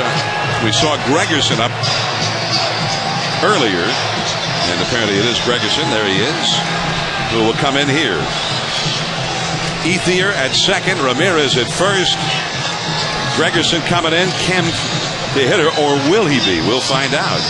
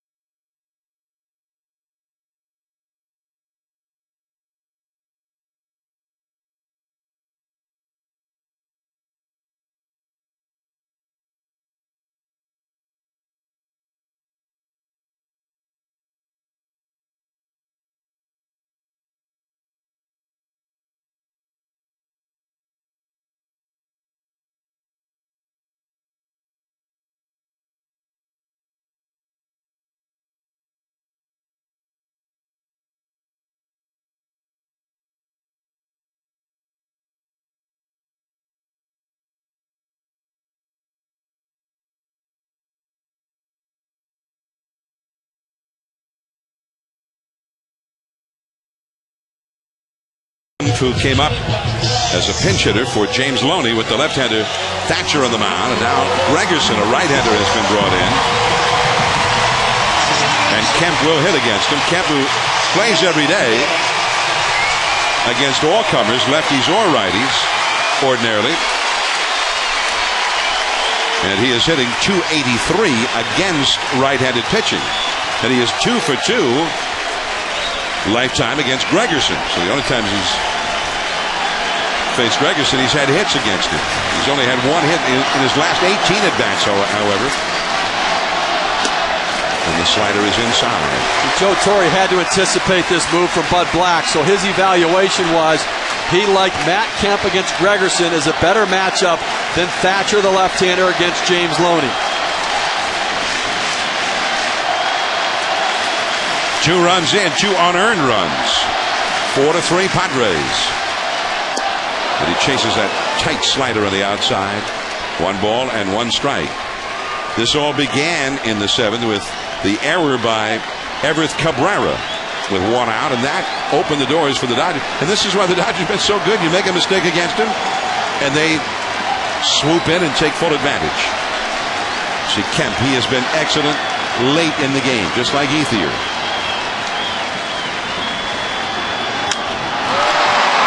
Shallow center. Gwynn started back, racing in, gets there.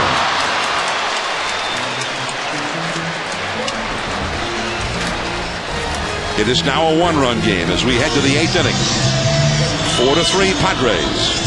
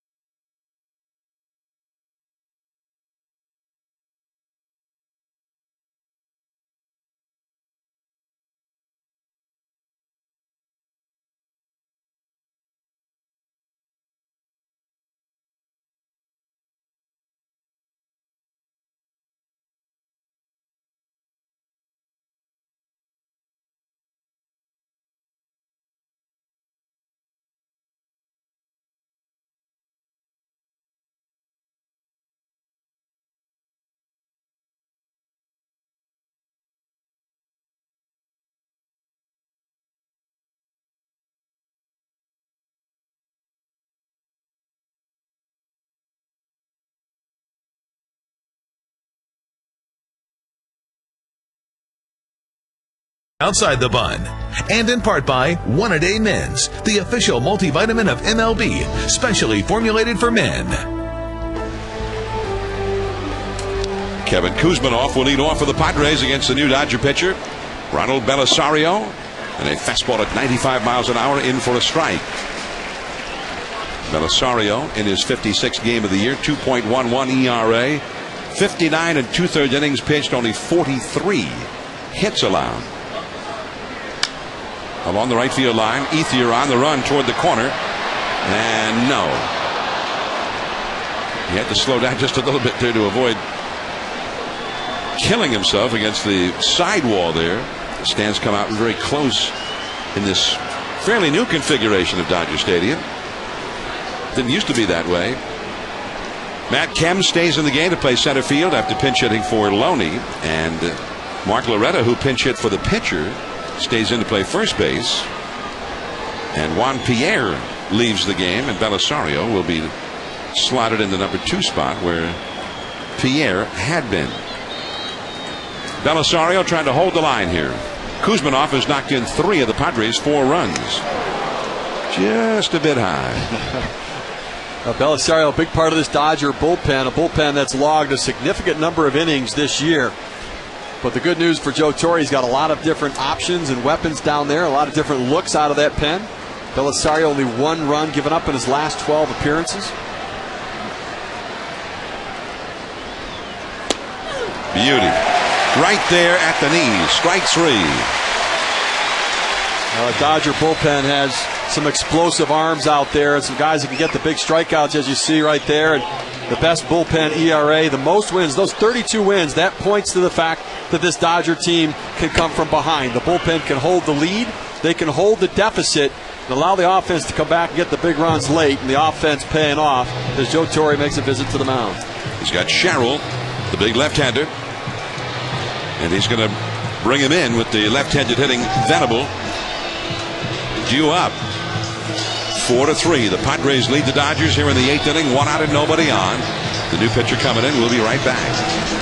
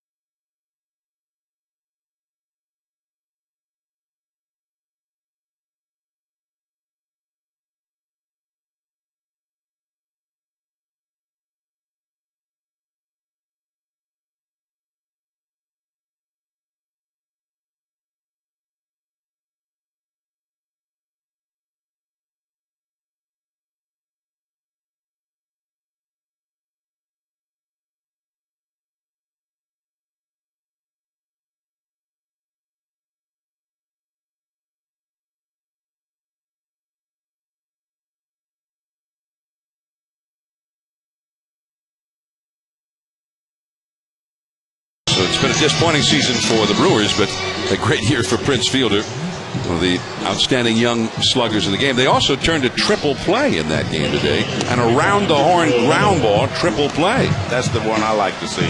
You know, John, we were mentioning the fact that the Dodgers had 32 wins out of their bullpen, but I was looking, and they've also squandered 21 potential wins for the starting pitchers. So the starting pitchers aren't getting the wins sometimes they're supposed to get, but the Dodger bullpen doesn't give it up afterwards. But it's 21 potential wins for starting pitchers. That's a high total. In fact, it's the highest total of any team in the major leagues. Well, and I think part of that is the Dodger starters haven't always gone very deep into games.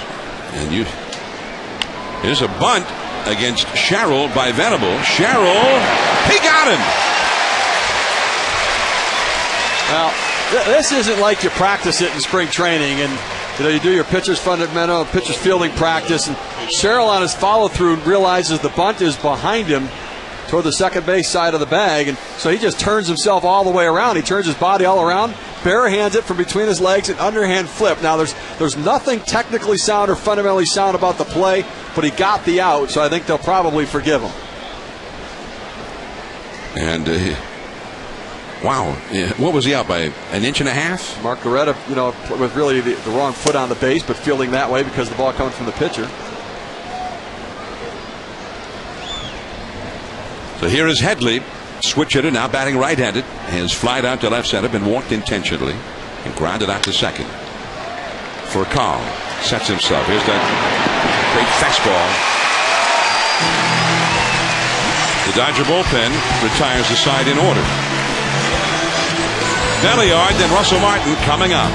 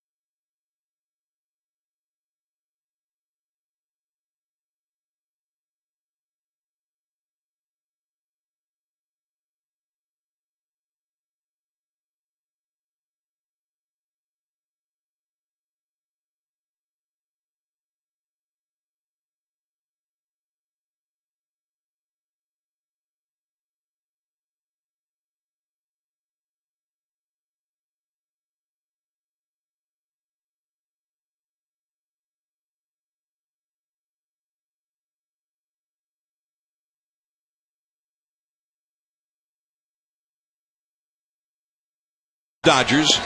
And there is a ball outside from Luke Gregerson, right-hander, the third Padres pitcher of the game, facing Ronnie Belliard, trying to get the Dodgers going here in the 8th inning. Belliard 1 for 3 in the game. Russell Martin on deck. Orlando Hudson due up third. And that slider in there for a strike. And also, with the pitcher's spot due up fourth, remember the Dodgers still have, well, he's not the pitcher's spot any longer with as Hong-Chi Kuo is up in the bullpen. Loretta's in the pitcher's spot now, staying in to play first base. But they do still have available Jim Thome, who was closing in on 600 home runs. But now a pinch hitter, I guess a pinch hitter extraordinaire. The only time he would actually play, get more than the one pinch hit at bat in a game, would be if they got to the World Series where they could use a DH. Because that's what he's doing. There was some speculation maybe they'd occasionally play him at first base, but that's just not going to happen. Jim Thome says with his back problems he's had in the past, he really can't play first base. You see the success the Dodgers have had coming from behind this year. But Joe Torre, in talking about Jim Thome, said, listen, being a DH is like pinch hitting 4 times a game. So he said he doesn't have any concerns about Thome and his readiness and ability to come off the bench in a pinch hit situation as a National League player. 1-2 to Belliard, and a pop-up foul and out of play. Looks like Gregerson throws a slider and nothing else, just one slider after the other. He retired Matt Kemp with a couple of men on to end the 7th inning on a slider. You better get that slider down a little bit, because that one up that's spinning, at least even if you don't hit it well, you've got a chance to flare it over the infielder's head.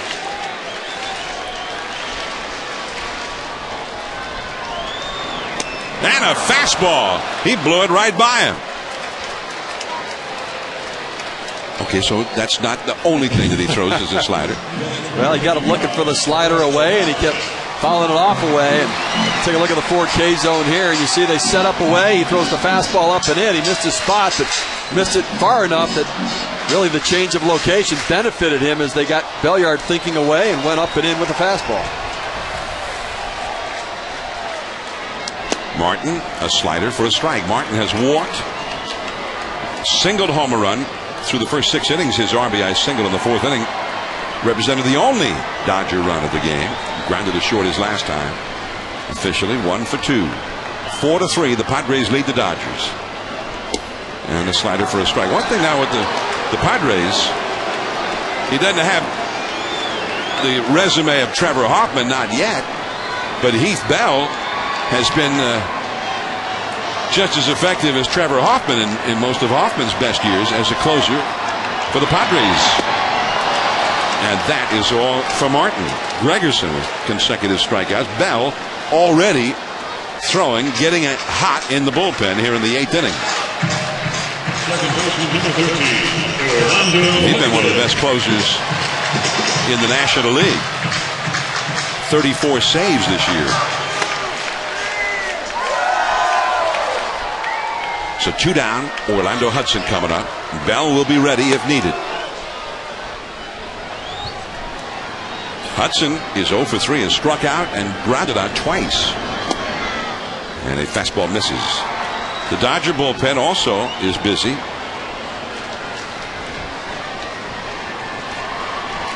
Orlando Hudson got off to a great start this year. In his first game at Dodger Stadium as a Dodger, it was against the Giants, the rival. He hit for the cycle. The man knows how to make an entrance. Well, it's all downhill from there, though. I mean, how do you live up to that after your first game? But he has struggled here lately, especially since the All-Star break. Hong-Chi Kuo, the left-hander, and Jonathan Broxton, the Dodger closer, the right-hander. Chase that low slider. 2-1. Joe Torre gave Orlando Hudson the day off the other day, and Joe Torre said he thought he might be a little bit fatigued, and Hudson didn't take the bait when he got approached with it because he didn't want to sit on the bench that day. He wanted to be in the lineup and play. A guy that brings great energy every single day to the clubhouse and the field. He's been a great pickup for the Dodgers. One thing that has been a hallmark for the Dodgers this year, even versus just last year, their defense has been outstanding. And Hudson has been a great steadying influence as a middle infielder. He and Furcal cover enormous ground up the middle. Did he swing? An appeal denied by third base umpire Darrell Cousins. 3-2 the count. Ironically, a first inning error by Hudson tonight led to an unearned run, and the Padres lead by 1 run as we play the last of the 8th. 2 down and nobody on. He struck him out. Stayed down with that low slider, and he struck out the side. Setting things up for the 9th inning man, Heath Bell. 4-3 Padres.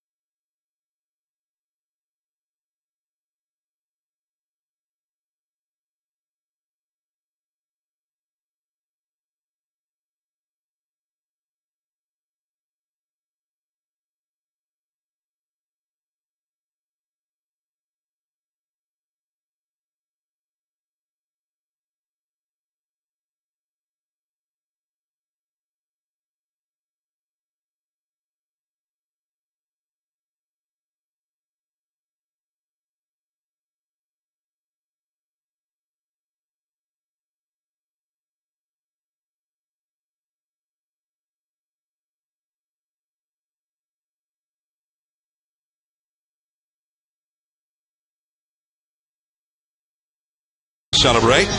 Voting all week long at ESPN.com for the right fielder of our 20th year All-Star team. The 3 nominees for right field: Tony Gwynn, Vladimir Guerrero, and Slammin' Sammy Sosa. And according to your votes, the right fielder on the 20th year All-Star team by a landslide is Tony Gwynn. 72% of the vote. He won 8 National League batting titles. Tony Gwynn and his son, Tony Gwynn Jr., now at the Padres, will be coming up second. Go to ESPN.com tomorrow and you can start to vote for your pick for the left fielder on the 20th year ESPN All-Star team, Hong-Chi Kuo. This guy, he's had a lot of arm problems, but man, he got electric stuff. 20 and 2/3 innings, 27 strikeouts. And that's a fastball for a strike, and it's 1-1 to Henry Blanco. Blanco is 0 for 3 tonight. Tony Gwynn Jr. to follow, and then the pitcher's spot due up third. 4-3, the Padres lead. Ooh. Blew that one right by him. When you talk about arm problems, about 4 different elbow surgeries for Hong-Chi Kuo, yet he comes back every time. It's like a bionic arm. Whatever they put in there, he comes out throwing 95, 96 miles per hour every time. He is a real weapon for Joe Torre. You have George Sherrill and Hong-Chi Kuo and Jonathan Broxton at the end of the game. It really allows Torre to shorten the game, and I think that where there are a lot of questions about the Dodgers starting pitching and how they match up in the postseason, they don't have that impact in the front end of the rotation like a lot of other teams do, but they have impact in the bullpen, and that impact can be felt earlier in the game than any other team in baseball. They've got some big-time arms. We saw Belisario, Sherrill, now Kuo, and obviously Jonathan Broxton, their closer. Dodgers are very confident in that bullpen, that's for sure. And they've used it a lot. Joe Torre has gotten a lot of innings out of that bullpen as the changeup is off the outside. And I think there was some concern that by this time of the year that all of that work was going to start showing up and that bullpen would start to falter, but that has not been the case. Well, I think before they had Sherrill, that was a big worry as well, because Belisario did go out for a while. Troncoso, they felt like when they were using those two guys most of the time, that was the case. But now they've built up other arms in that bullpen. It makes a big difference. So it's not just those two guys anymore. The general manager, Ned Colletti's shrewd acquisition, a key to helping that bullpen stay strong here for the stretch run. And a foul out of play. So Blanco hanging tough here against Hung-Chi Kuo. There's Ned Colletti. Well, they have James McDonald, a young pitcher from within the organization, who's done a nice job for them as well. Scott Elbert, we saw him warming up, a left-hander, earlier tonight. So, I mean, even Charlie Hager, who's come out of the rotation with the acquisition of John Garland and Vicente Padilla, has done a nice job pitching in relief. So they've got a lot of different weapons out there, and Joe Torre can spread the work around. That's a base hit. Quite an at-bat there for Blanco. And that is the first hit for the Padres since the 6th inning. Dodger bullpen had been shutting him down. MLB.TV, the ultimate baseball experience, featuring 100 out-of-market games per week live on your computer. For more details, visit MLB.TV, where baseball is always on.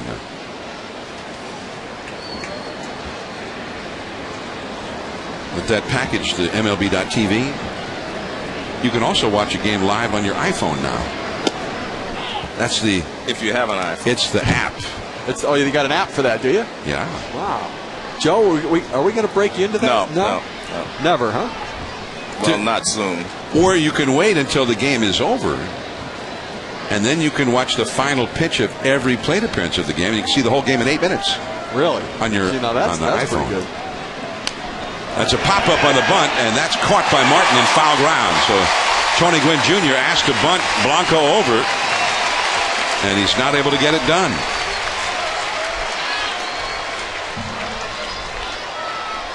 And now Salazar is going to come up as a pinch hitter.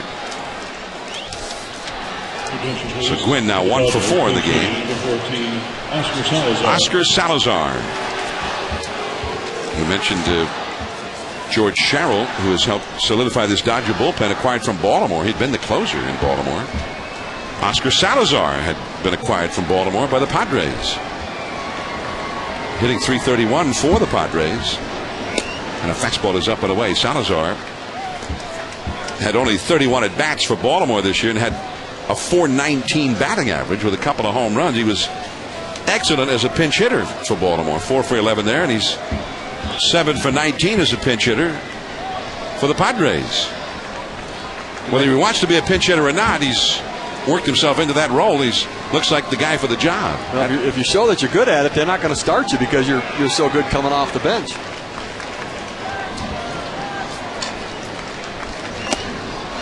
And that is a called strike.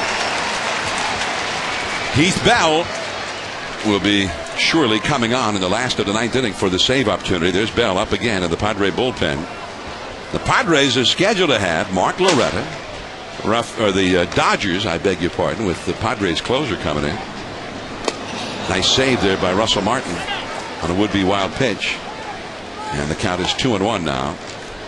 Loretta, a right-handed hitter, for Cowell, a switch hitter, and then the pitcher spot due up 3rd in the inning. Jim Thome will certainly be in there somewhere. I think you probably have to hit leadoff. I don't think you're going to wait and just give him a 2-out or 1 shot with 2 outs. He is the only left-handed hitter still available on the Dodger bench. Well, that's a decision, right? If you're the manager, Joe Torre's got to decide. Do I want him to lead off and go for the big fly right there? Or do I wait and maybe get somebody on base for him to do maximum damage? I think you got to try to tie the game before you worry about winning. 3-2. If you wait till you get a couple men on, also if you hit the ground ball or something, it's automatic double play. So Thome will soon enough be center stage. If they had another left-handed hitter, you could do that, but I don't think you want to send Loretta up there against Bell, but we'll see. Heath Bell's a monster. That's a high fly ball to right. Ethier, plenty of room out there. And Salazar is out number 2. Let me ask about that, Joe. Is it a different at bat for Jim Thome if he is the leadoff guy versus whether he comes up with 2 outs and nobody on base? Because my sense is, Torrey may not want to burn 2 guys here because they didn't have another leadoff sort of a guy. Is it a different at bat for Thome whether he's the leadoff guy or whether he's up with 2 outs and nobody on? Well, I think it's always a different at bat. First of all, he had a single in his appearance the other day. If he goes up there with 2 outs and nobody on base, he's not trying to hit a single. He's going to try to go for it. Will they approach him differently as the pitcher, though? Will they be any more careful with him with 2 outs and nobody on than they would leading off the inning? Well, I mean, obviously with 2 outs and nobody on, they know what he's going for. You're going to you'll pitch him differently there. You can pitch around a little bit more there. I guess to lead off the inning. Leading off, you can't walk. You don't want to walk him, right? I think every pitcher who ever faced Thome in these last 15, 20 years has wanted to walk him when they saw him walking up there. And a lot of them have walked him. Thome walks over 100 times every year. He did get a single in his first at bat, but singles aren't really his thing anymore, anyways. Thome had 23 home runs this year for the White Sox in 345 official at bats. So not the hitter, obviously, that he once was. He's 39 years old, but that's still some pretty heavy-duty power. 23 homers and only 345 at bats. He hit 249 for the White Sox. Well, he has 564 home runs, and his real goal, he wanted to hit 600 because that's a real milestone. Coming over here, he's going to lose at bats that he would have had if he was stayed in the American League, and been a DH. But he said, Ken Williams, the general manager who traded him for the White Sox, said that when he asked Thome about it, Thome said his real goal was to win a ring. Right. Well, that's a good goal. But if you get those at bats, he's going to hit 600 home runs. There's no guarantee that you're going to get a ring just by coming to the Dodgers. But this is not helping his chances to hit 600 by coming here because he's only going to pinch hit. He's talking to John Garland, one of his new teammates. Both of them coming to the Dodgers just recently. Garland just this week. And of course they were teammates with the White Sox. Garland, a former White Sox. This is Belliard. Nice play. No, he did not get him. The throw. So it wasn't that nice a play. He pulled Loretta off the bag, and the very fast Cabrera is safe.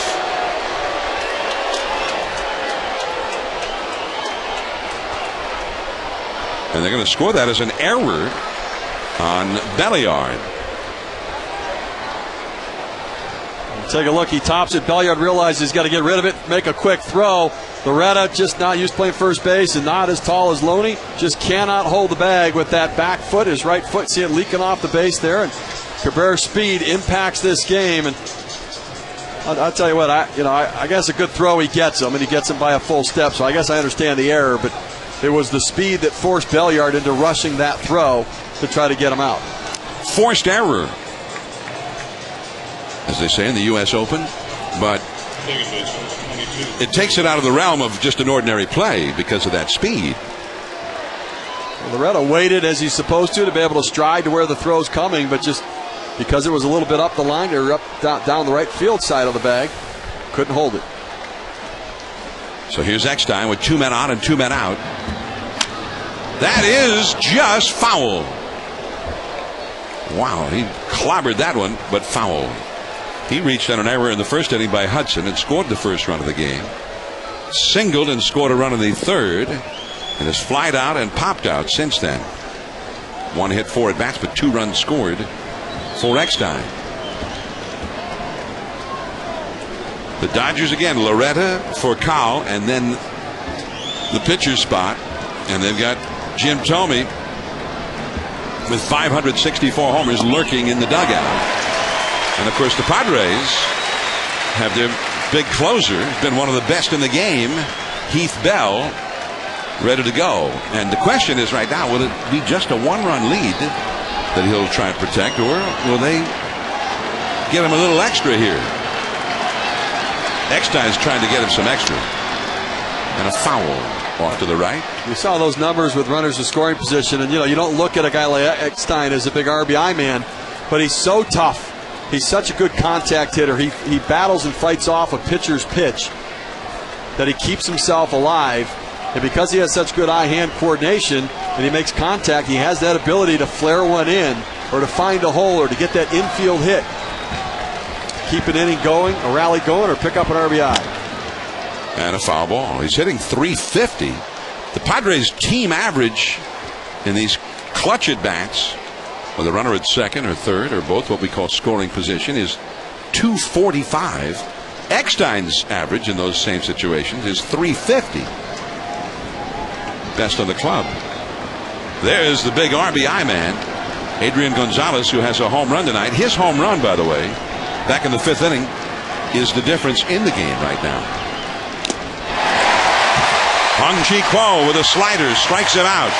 The runners are stranded. It will be a one-run advantage and no more for Heath Bell.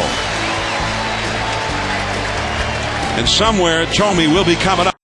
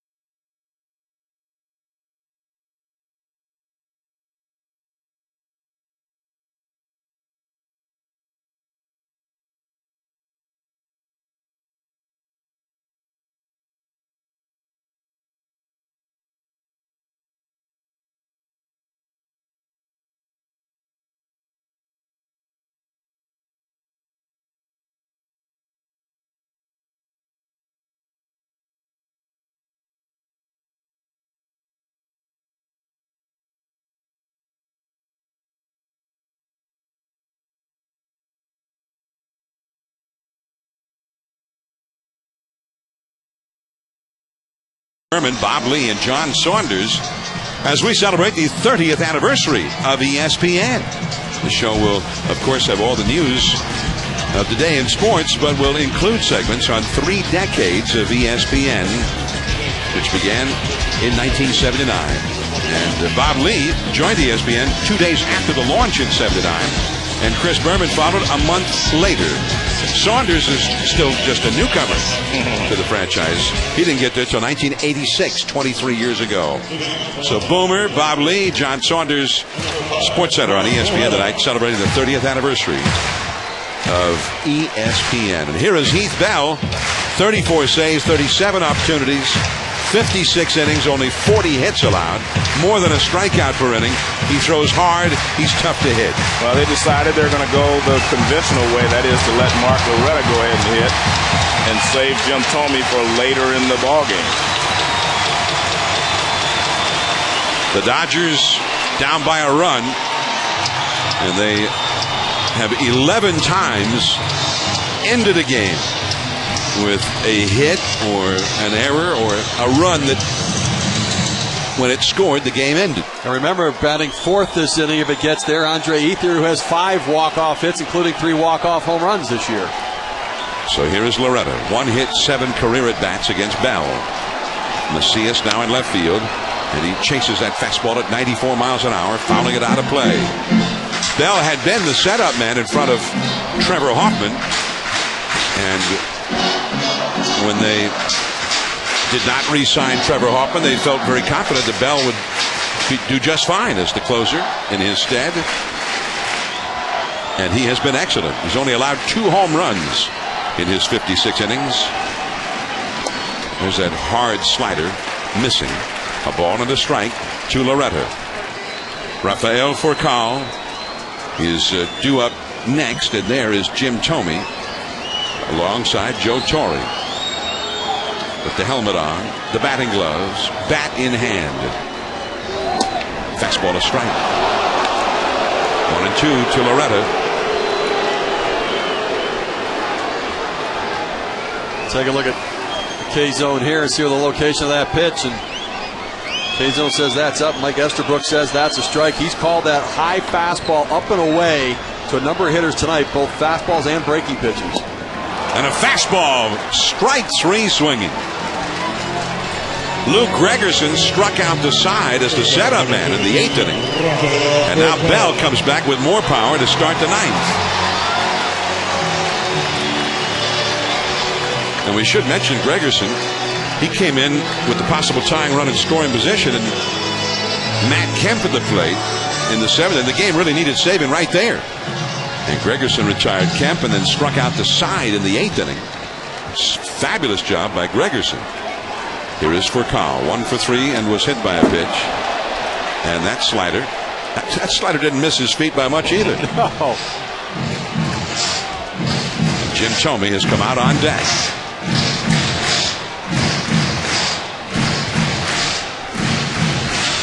Furcal, 3 hits and 11 career at bats against Heath Bell. Furcal's got some pop, has hit some home runs over the years, and he just wants to get on. He's a good fastball hitter, though, John. That fastball a little bit too high. 2-0 the count. Furcal, 7 home runs this year. Still runs fast, he just doesn't steal bases any longer. Fastball in there for a strike.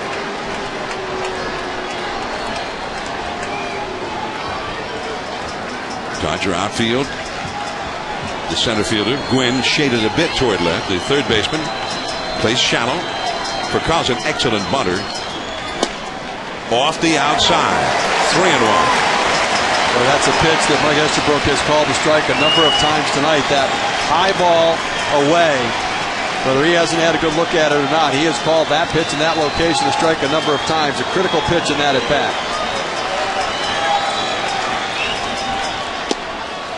And now it's a full count. 3-2. Joe, 2-0 fastball. He took it right down the middle. 3-1 fastball. Took it as well. What do you think? Well, I don't think he should have been, but I mean, he must have something else in mind. I don't think he could take one now. No. 3-2. And the slider is off the inside, and he gets the walk. And the way that at bat went, seemed like that he was hoping for a walk. I can't imagine that you throw a guy 3-2 breaking ball after he's taken 2 fastballs right down the middle. In a 1-run game with Jim Thome on deck, you put the go-ahead run at the plate. You've got, Furcal doesn't hit out of the park. You got to throw him a fastball there. So here comes Thome. 47,528. The paid crowd at Dodger Stadium.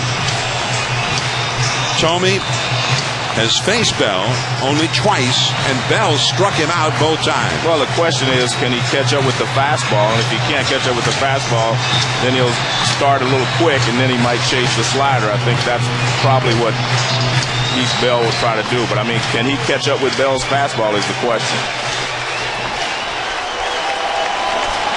But he's made a living off of hitting other people's fastballs. He's never been a very good pinch hitter.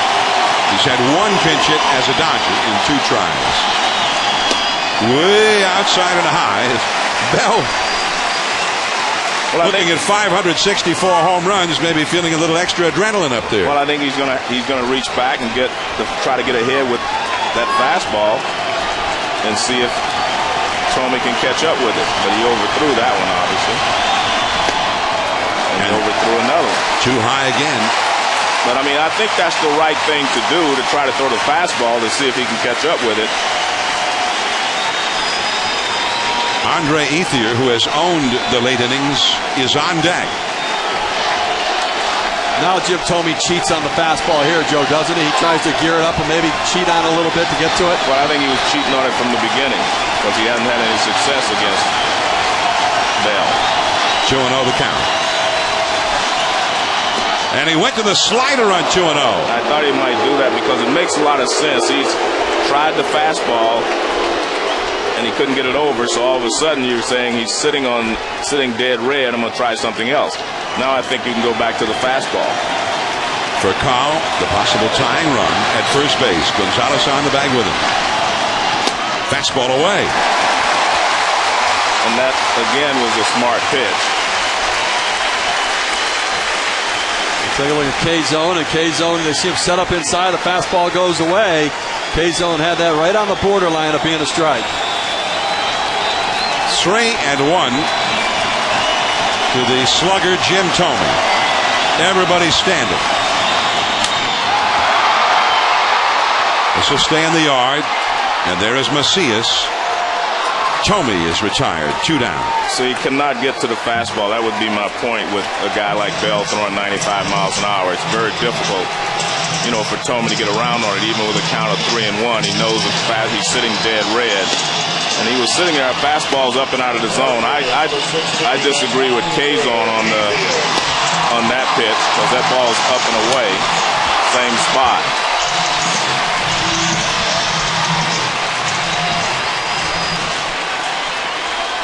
And one of the Dodger trainers with Thome and Joe Torre goes over, wondering if he hurt himself. Here is Ethier. He is the Dodgers' home run and RBI leader. He knocked in 2 runs in the 7th and made this a 1-run game. And he can catch up with the fastball. Yeah. Although he has never done well against Heath Bell in the past.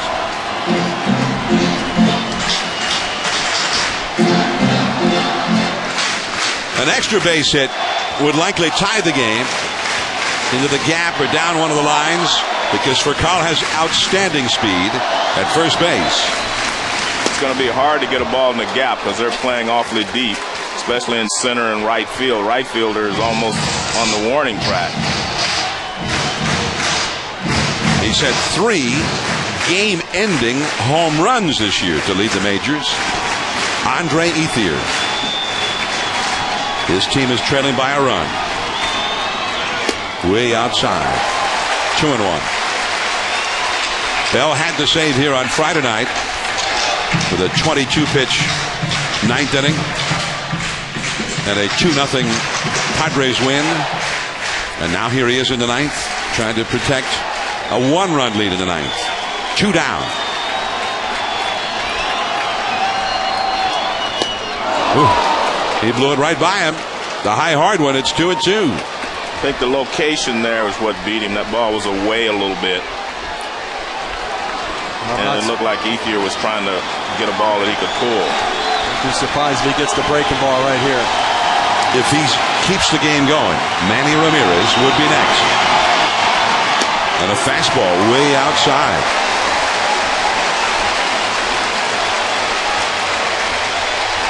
Well, he threw for call a 3-2 breaking ball leading off the inning, but I think he learned from that. I think he's got to go with the fastball because you got Manny Ramirez on deck.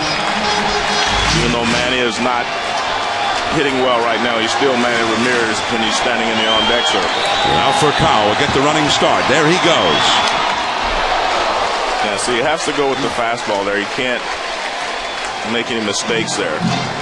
And his best pitch is his fastball. That riding fastball has some giddy up on it.